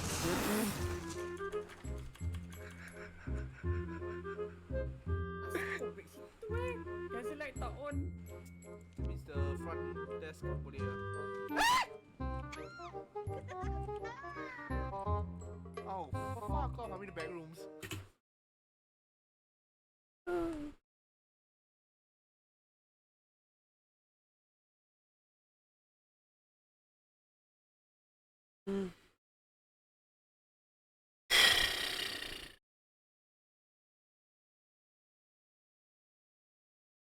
Kasi aku lapar je. Fiza tanya. Tu lah. Not my password.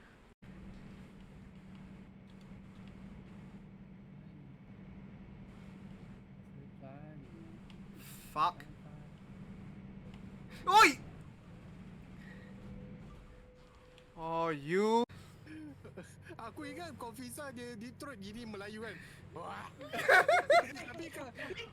tapi kalau tak dalam Thailand macam mana sia? Bear on your left, on your left, bear on your left, on your left.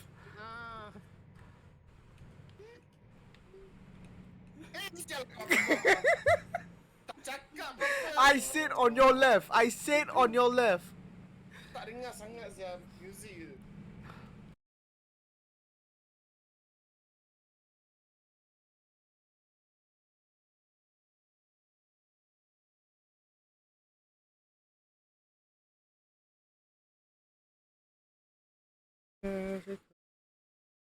Yes, instead. No more clips.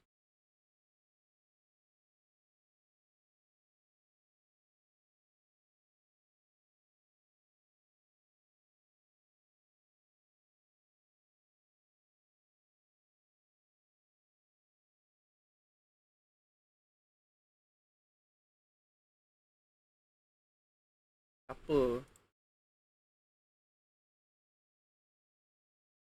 That one.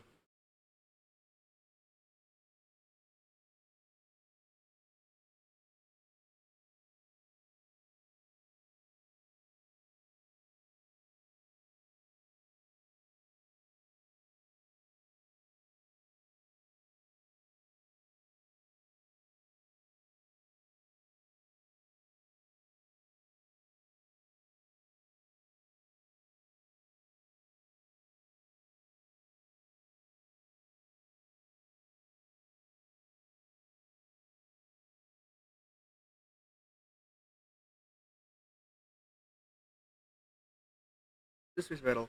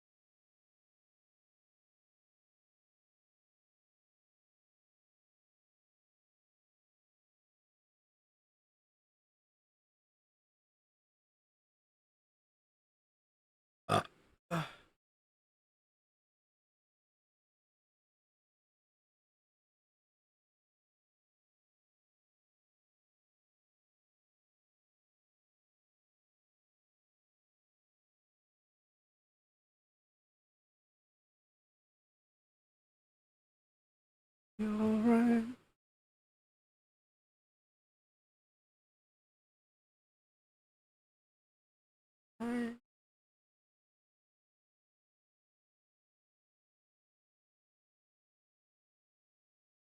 Triple kill.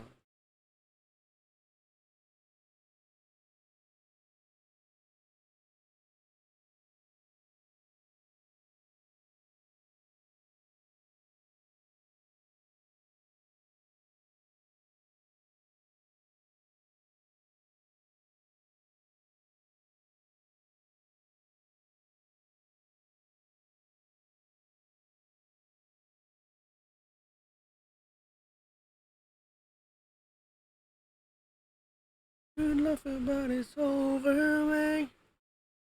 Better put the phone away. Let it go.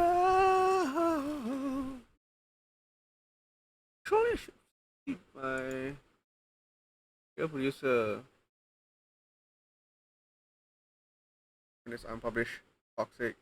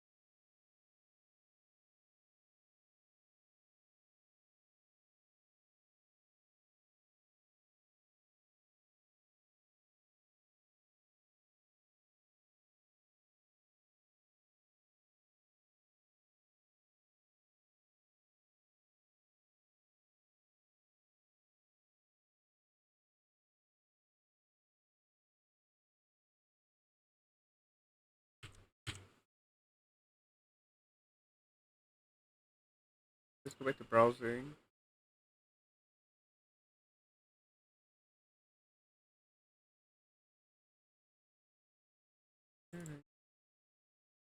I don't want to say this one means forever.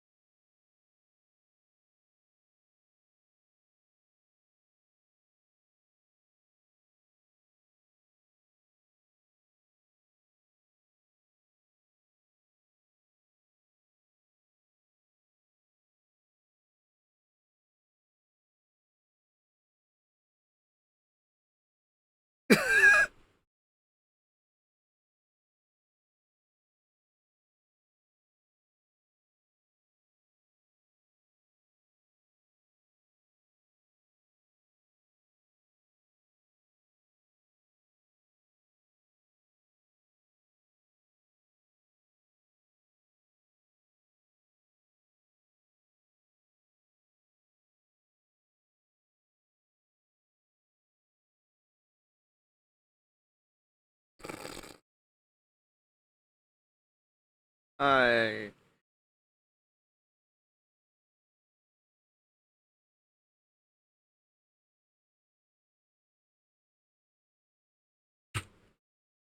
Alright. Go to bot page. Free. I didn't realize it's linked to little the audio.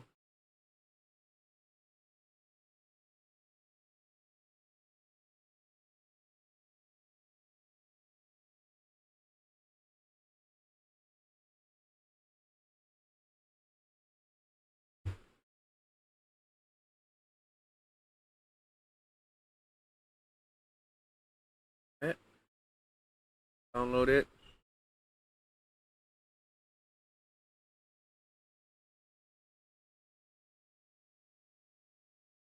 Alright, then I'll put that in.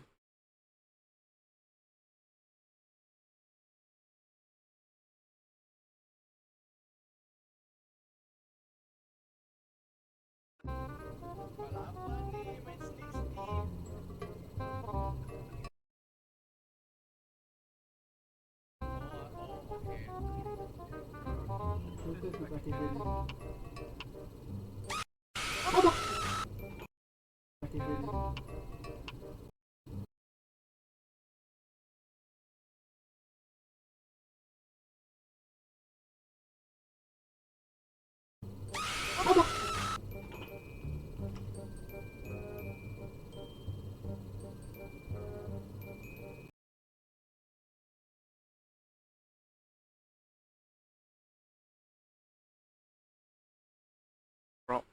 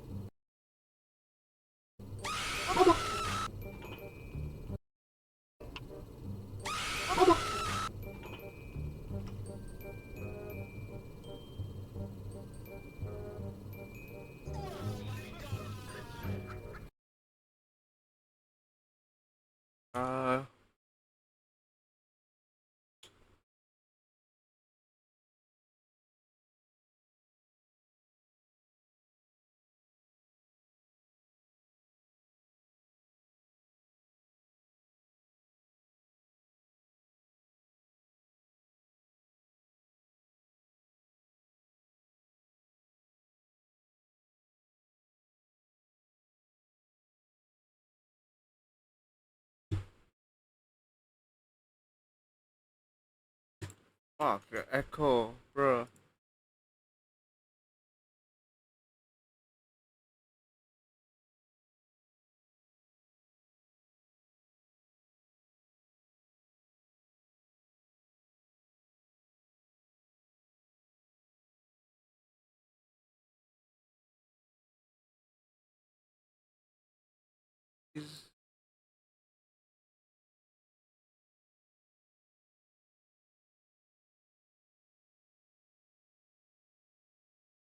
Is was this up for so long? That's probably why.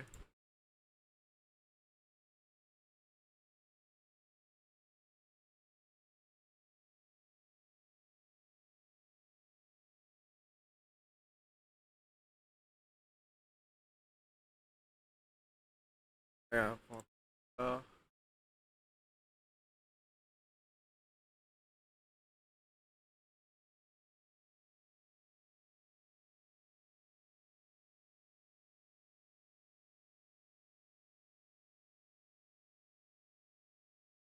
the one the bear got me killed.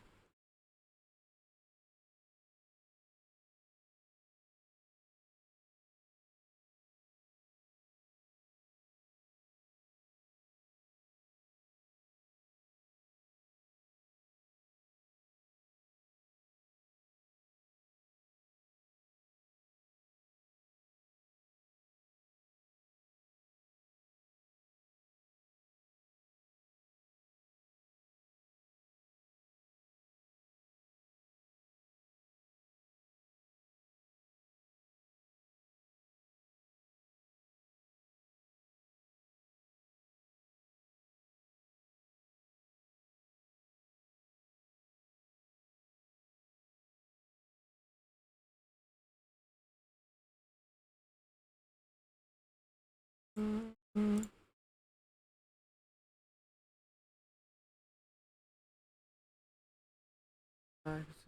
What is this random stream?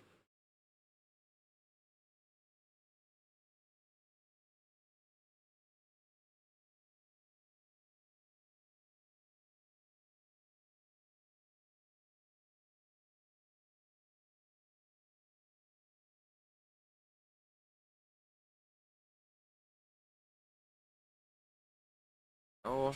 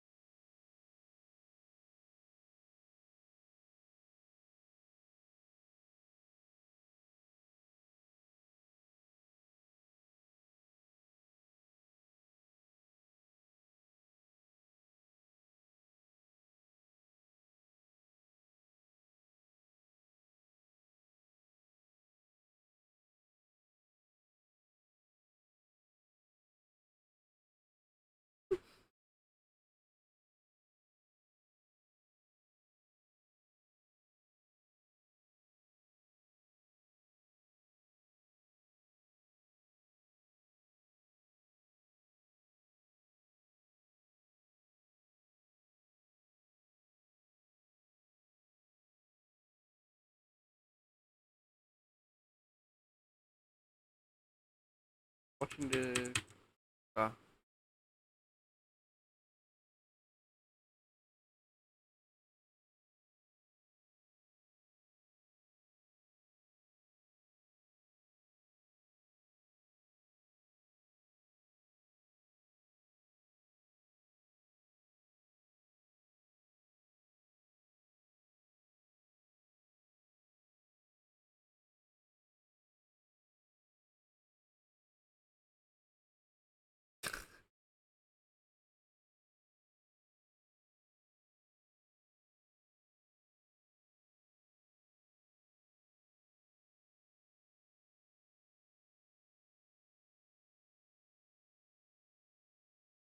5 years. Holy shit, my mic.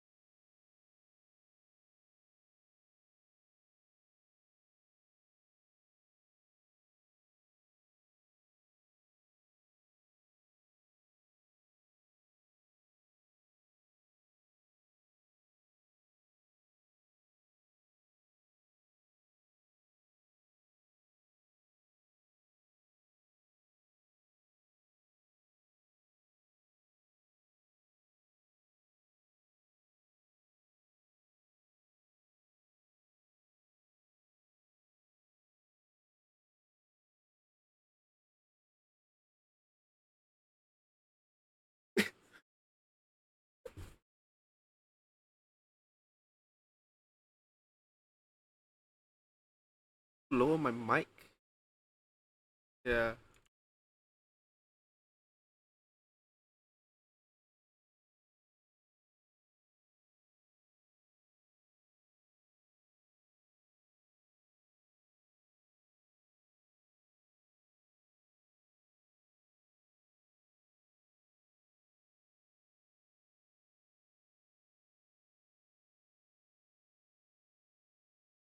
Goodbye. For my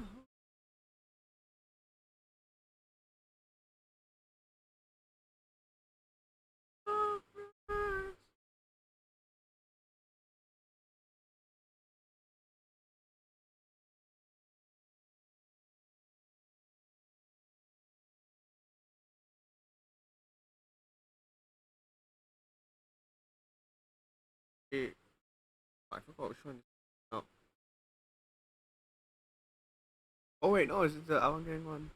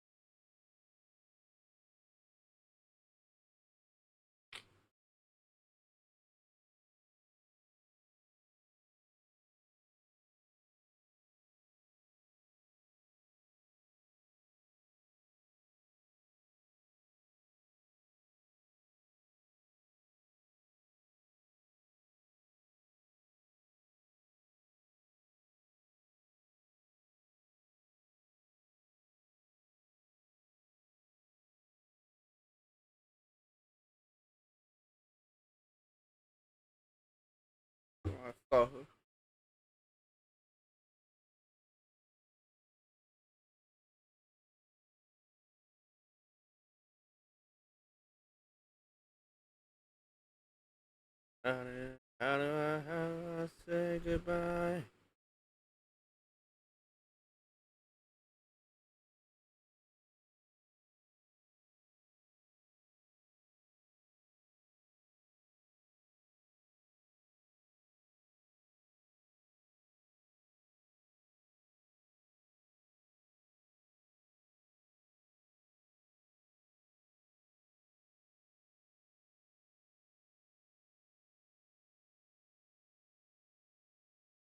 I didn't find the one where I played time. The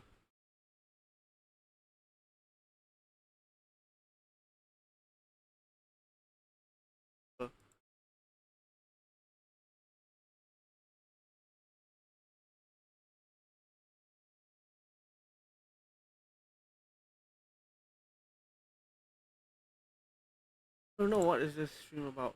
Oh,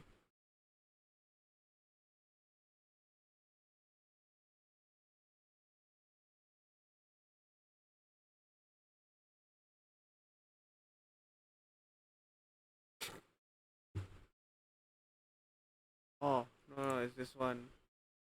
Up on done.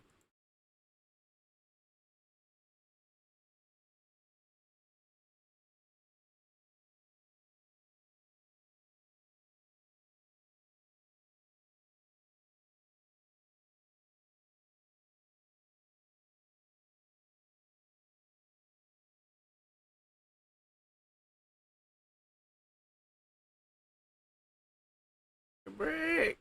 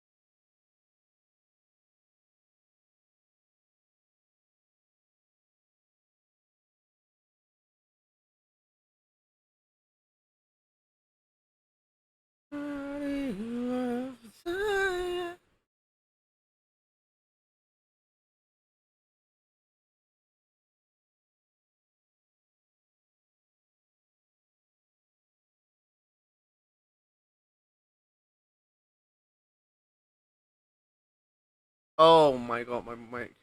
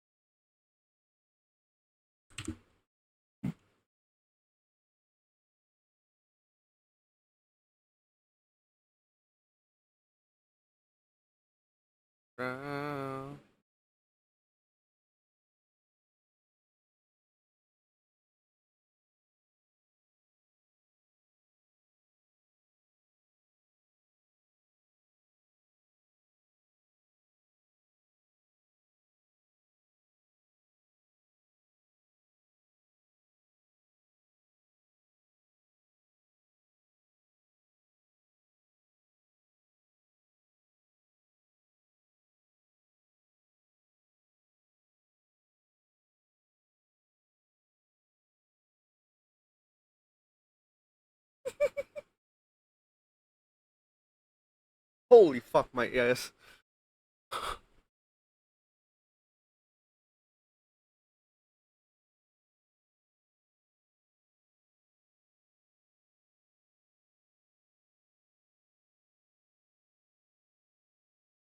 Okay, I'm clipping that.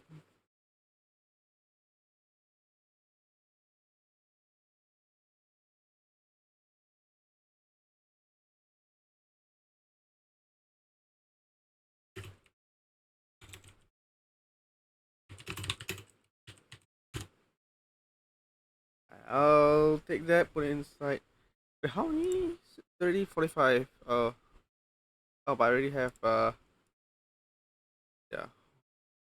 Okay, so little GTA. Oh. Alhamdulillah. Face. Okay, let me put one Move faster. He's moving too slow, man. Move faster, bitch. Maybe an Overwatch clip. Yeah, no, I'll go to the watch clip. Yeah, what the fuck is it?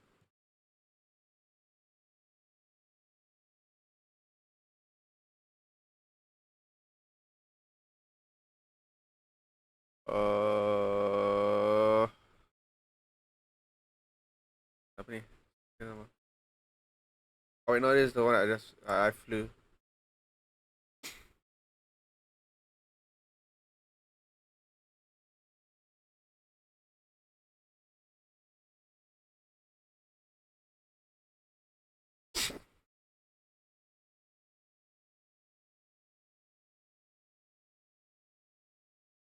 Where's your Max? Okay, I'll use this.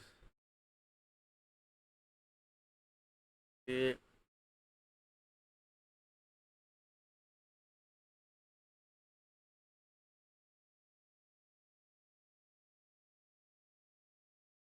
Oh. Oh.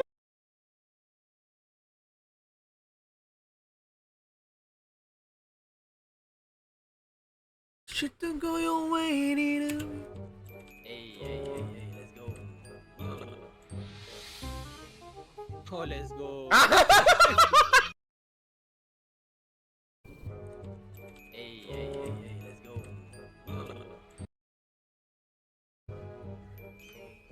Oh, let's go.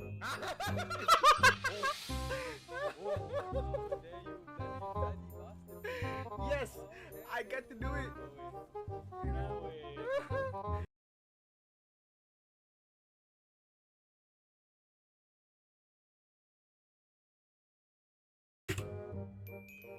Oh, let's go.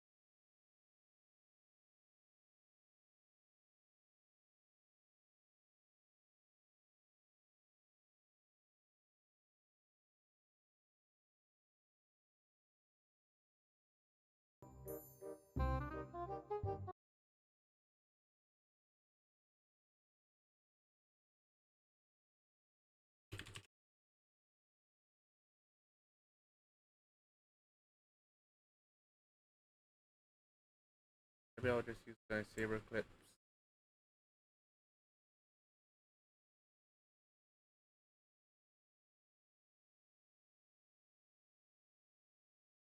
No way, need me to fix it.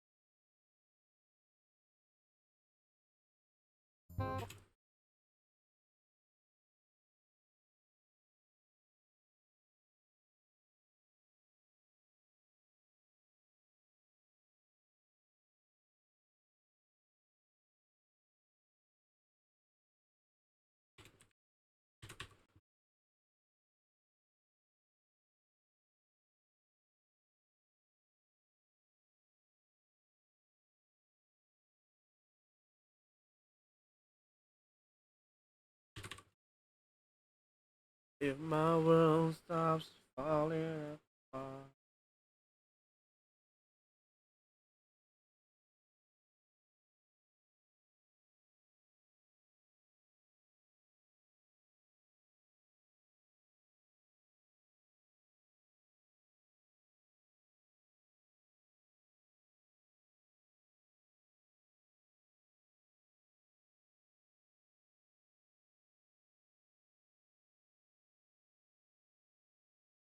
Run away.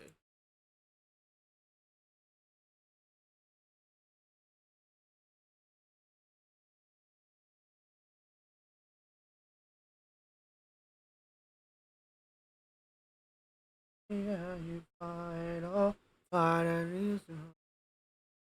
Hey, Neko, welcome back. Huntress, morning. Lost season 2 out. Yes, it is. How do you find it? I've watched it already. And I say it's quite sick.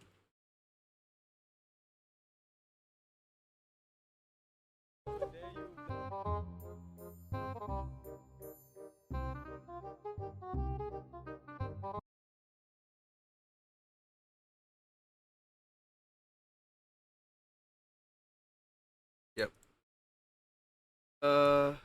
Doing like mini channel, like a channel trailer, like raids and shit. Contact! Mayday, mayday, mayday! I'm catching fire! My voice is soft. Can't seem to get the freaking thing right. Oh.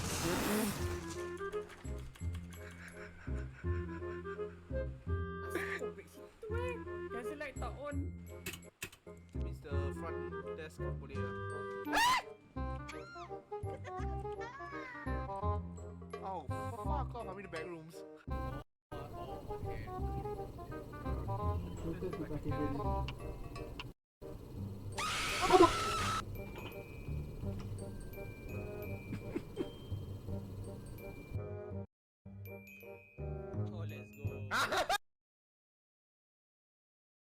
Okay, maybe that's not the best clip to use. Shit.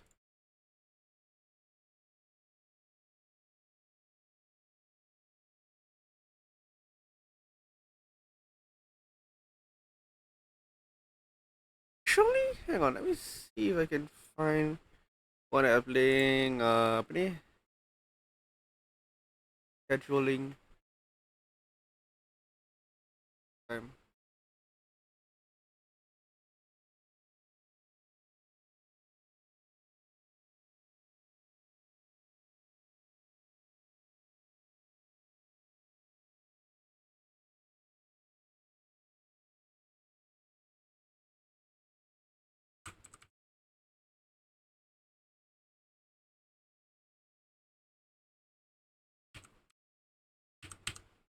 Okay, this is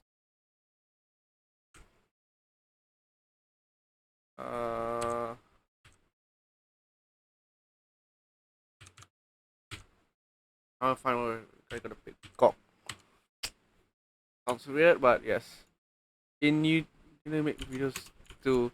I mean, I do video editing. Like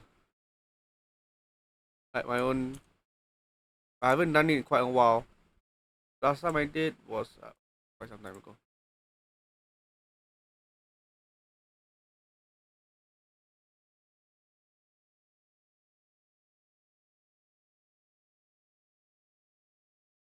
Before.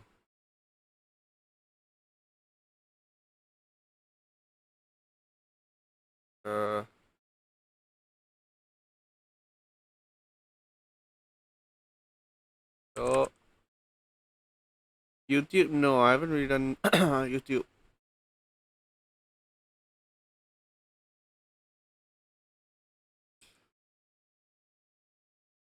That's that one, huh?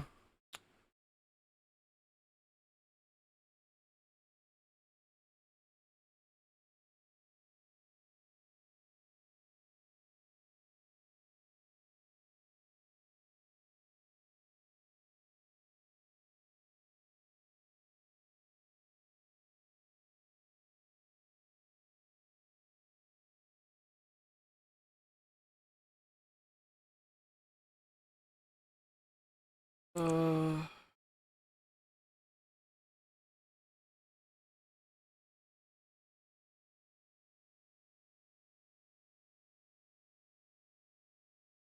how do I do that?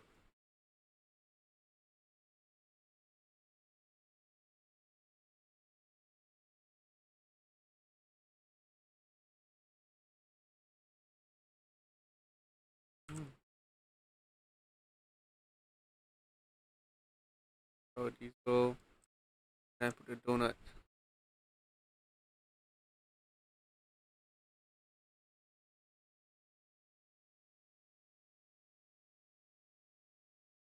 Oh, that's back right now, mine. Where's the one where?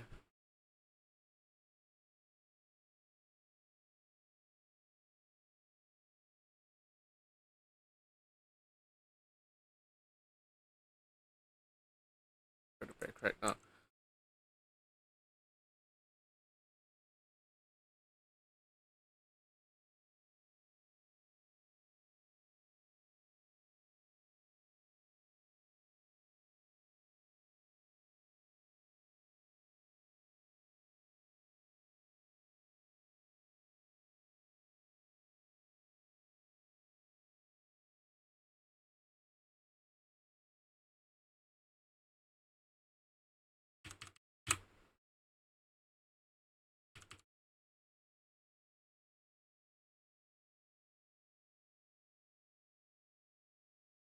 Oh, yes. Oh, there it is. Yeah.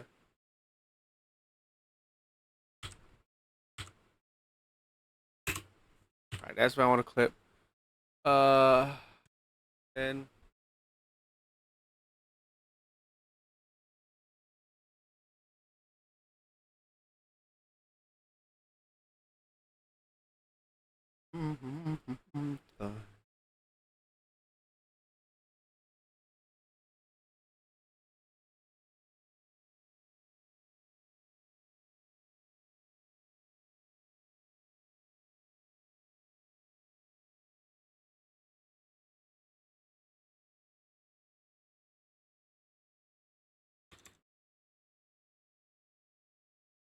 Alright. There we go.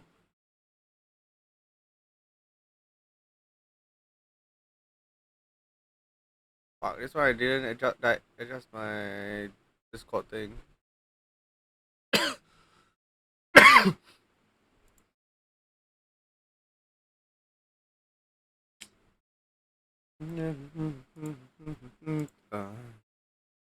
Fair enough. Chicken nugget. Yeah, import.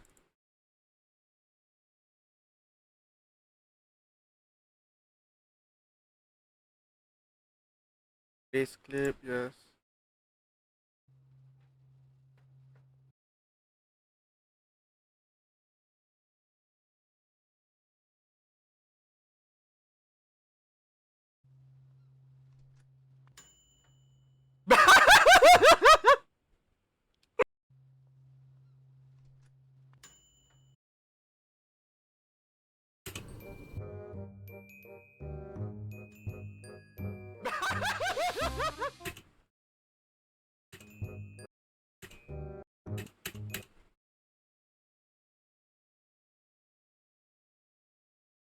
Okay.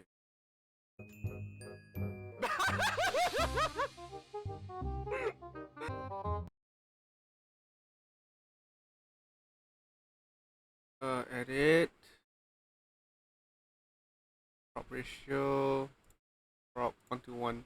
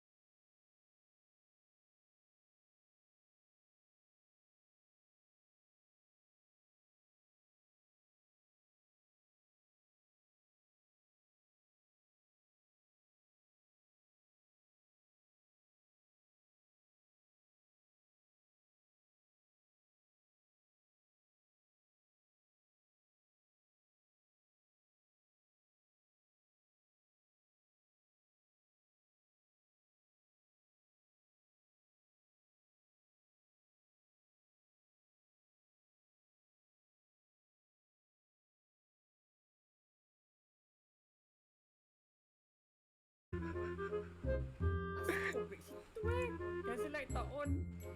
Means the front desk boleh lah. Oh, fuck off. I'm in the back rooms. Okay.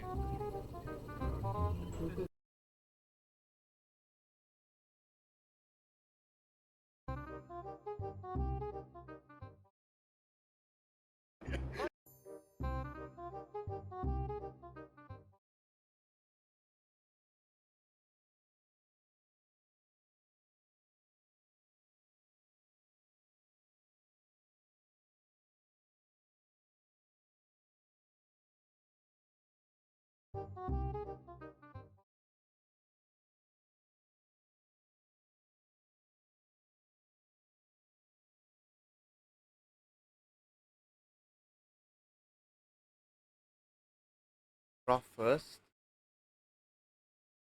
Golden. Of 12 p.m. Yeah, so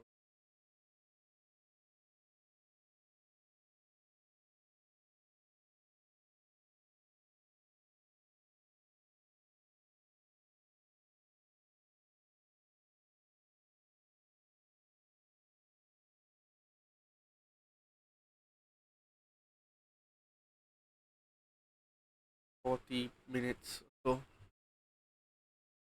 so. Okay. First.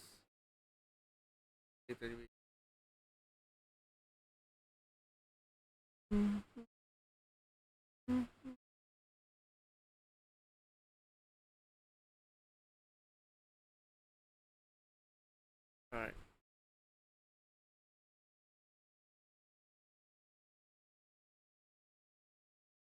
Two hours.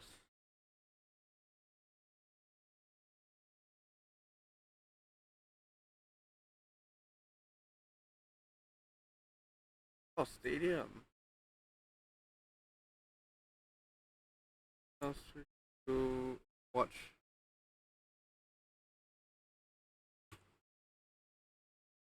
Oh, salah.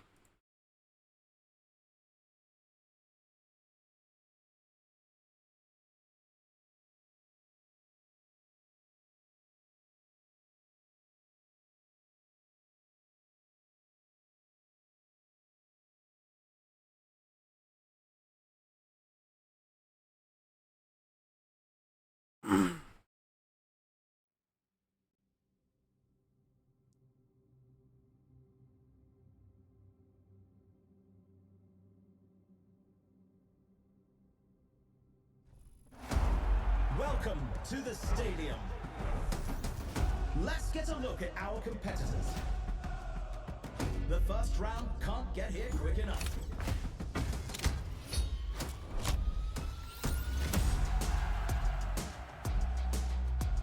And we're diving right in.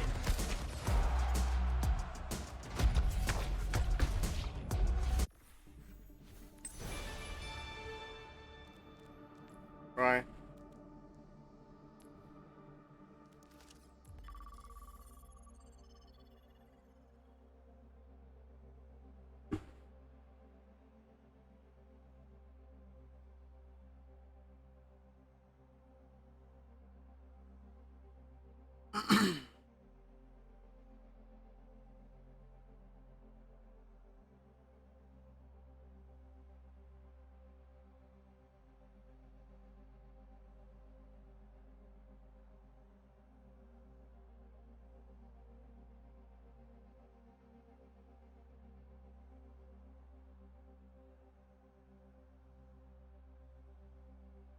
And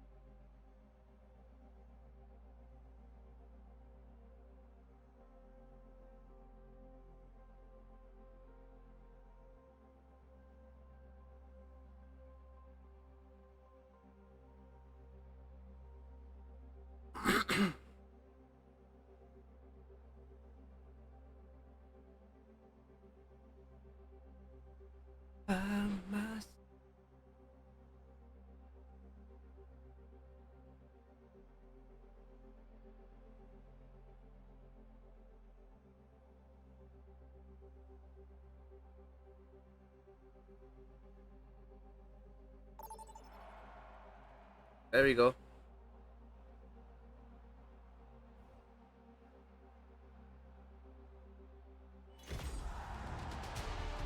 Welcome to the stadium. First up, put those hands together. It's time for push. Oh god.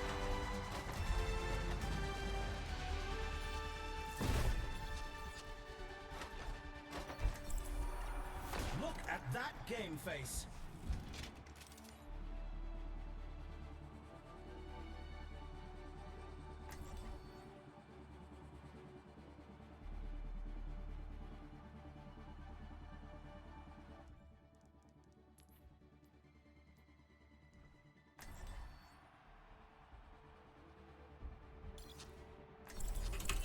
Now that's what I call a competitor.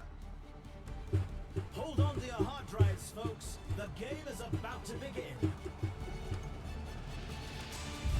Now this is going to be a match for the data banks.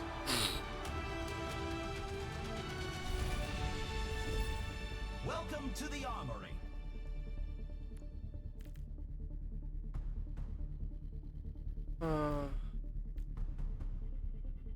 And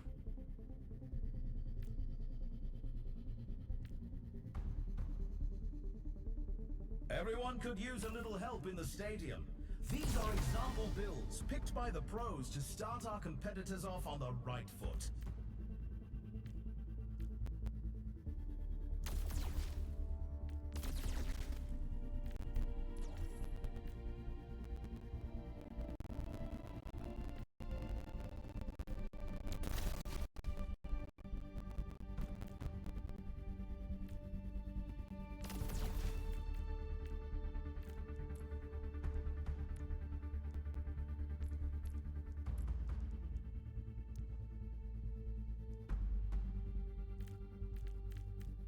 The first round can't get here quick enough.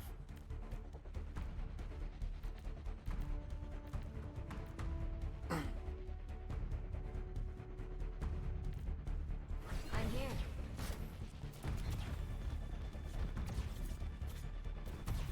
The teams have 20 seconds left to prepare for the round.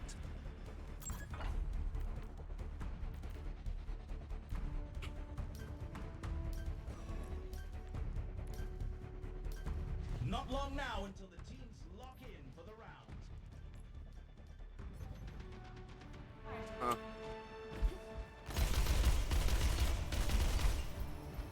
Three, two, one. Capture the objective. Oh, this is awkward. You're in fucking Paris, isn't it? 10 seconds until the objective's unlocked.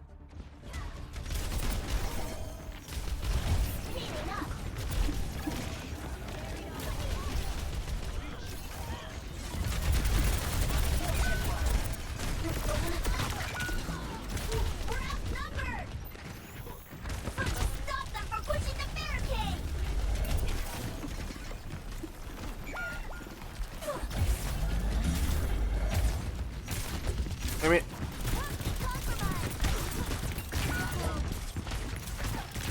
Enemy took our lead. Oh, I can't switch heroes. Whoops.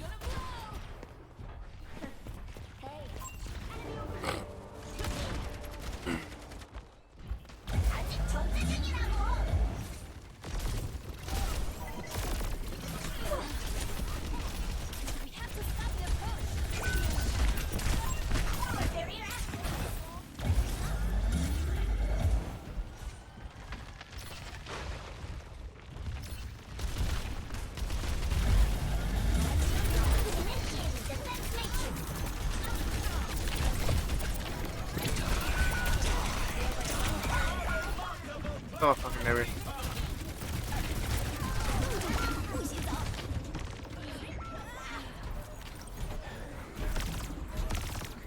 Get a big Reinhardt. It looks like this round is a loss, but they'll be sure to bring it back. Score 0-1. Some intense competition this round. Coming up, the teams are gearing. Get ready for control.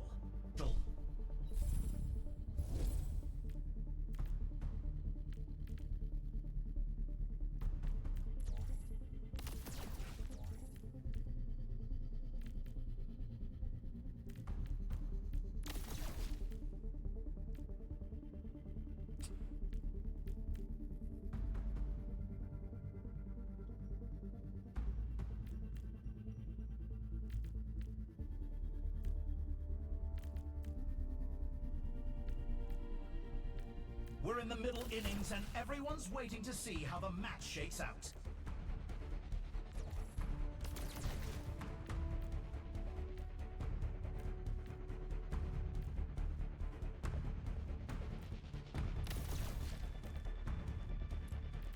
The arena is ready and waiting. 20 seconds to go. I really can't shoot hero. Fuck.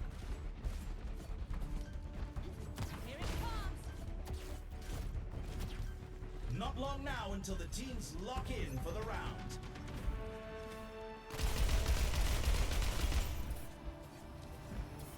Three, two, one. Capture the objective. What's up?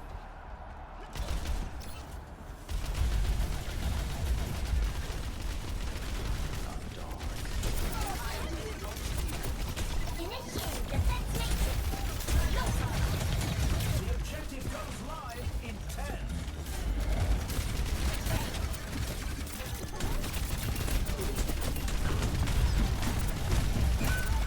The objective's online. Guns in play by Larissa. Fuck's sake.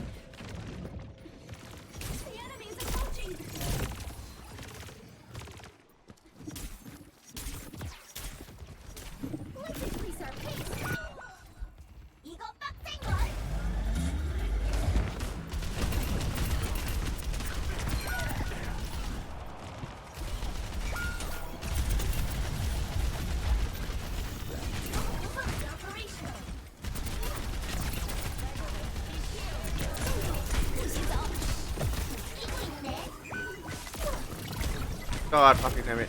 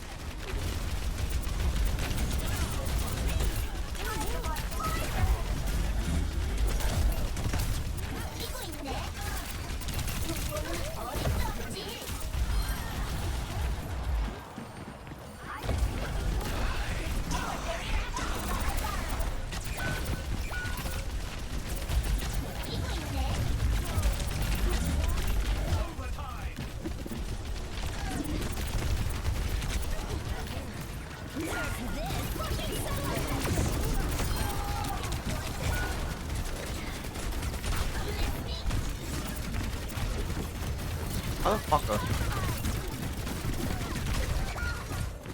God, I'm so not used to playing Overwatch in third person.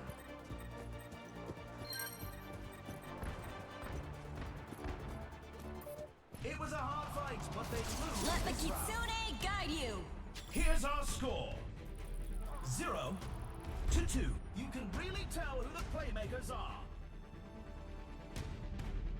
I want to see you already. This is Next up, the teams are facing off in Clash. It's time for the teams to consult their playbooks.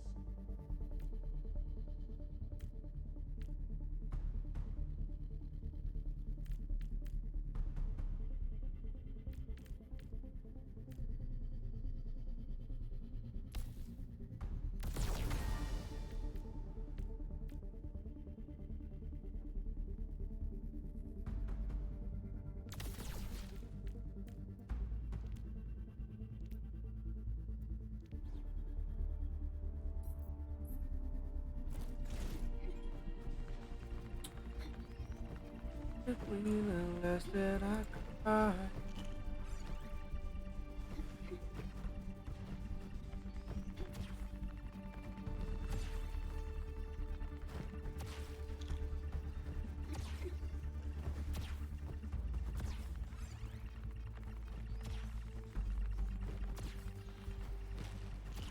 It's a fierce competition. Who will cave to the pressure and who will come out on top?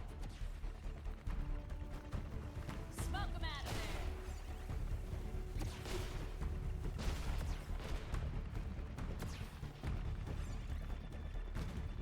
there! The arena is calling. Our teams have 20 seconds left.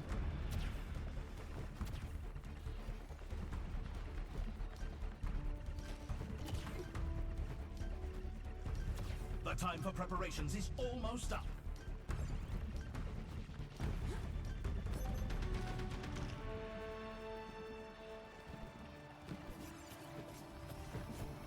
Three, two, one. Commencing attack on objective B.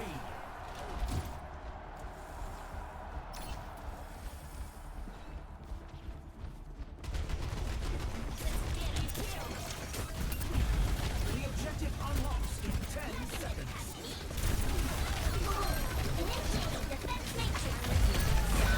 An amazing play by Ash. The objective's open.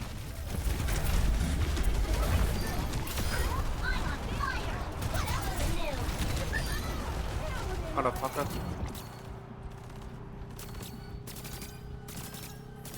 Thank you.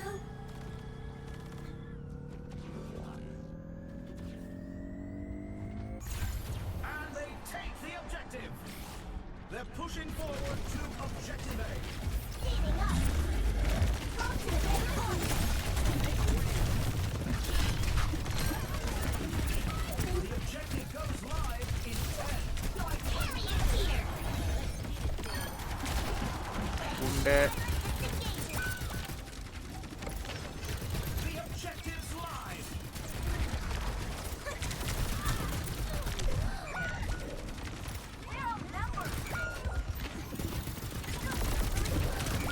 Fuck you.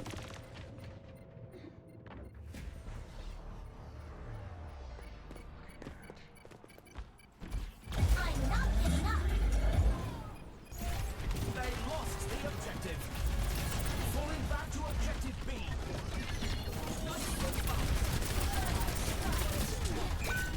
Yeah. Pocket hero. The objective unlocks in 10 seconds.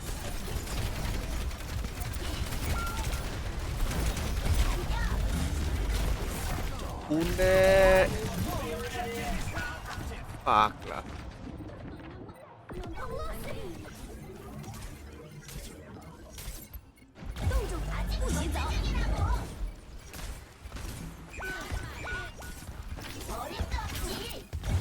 Looks like the win was out of reach.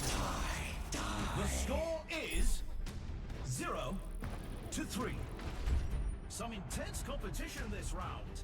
Fucking hell. Coming up, the teams are gearing up. Every choice is crucial.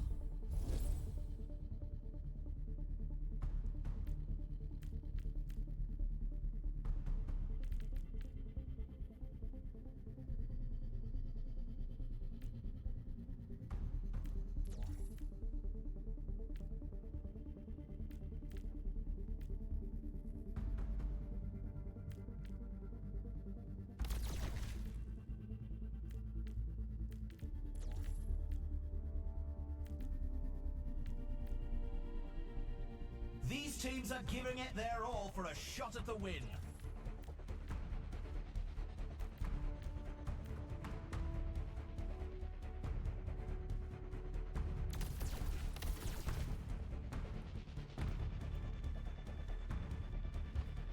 The arena is calling. Our teams have 20 seconds left.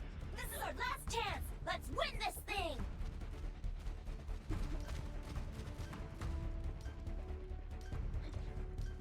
Not long now until the teams lock in for the round.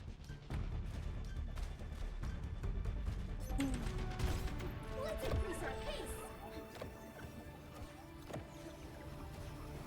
3, 2, 1. Capture the objective. Hyper ring out. 10 seconds until the objective's unlocked.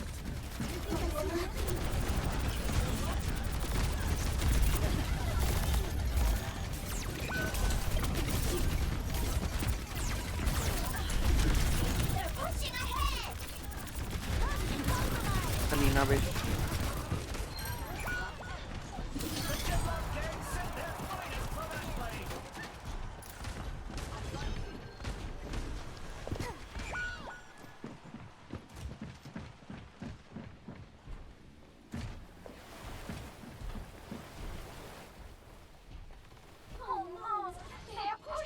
Ay, ay, ay.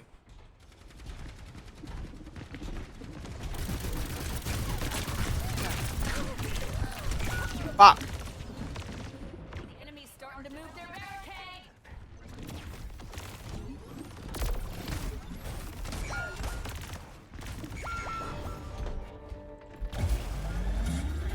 Yeah, I don't like this mode.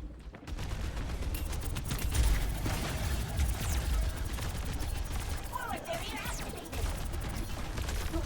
Neutralizing projectiles.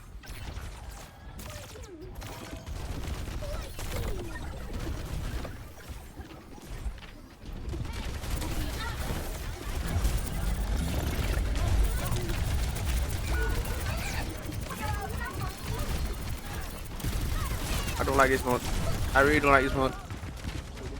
Fuck lah. They are making progress. Stop them.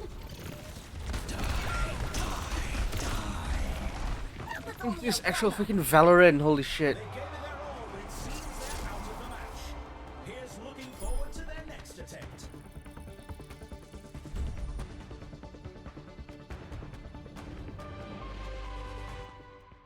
And I'm gone. You wanna lay down for a bit before I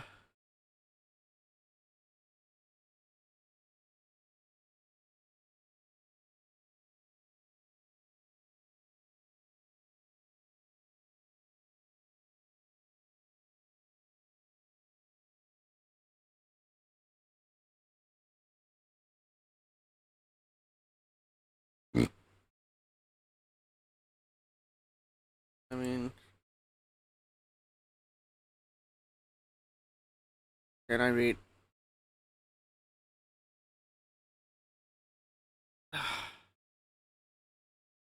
Nagasaki.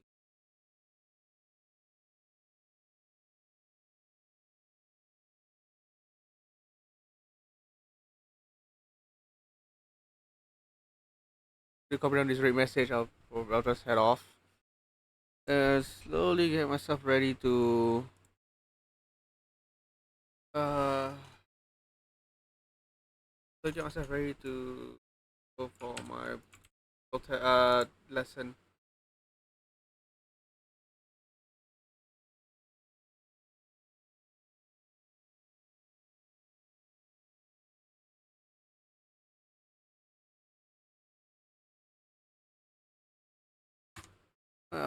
Next time I'll see you guys when I see you. Take care. Have a good rest of your day. See you guys around. Peace.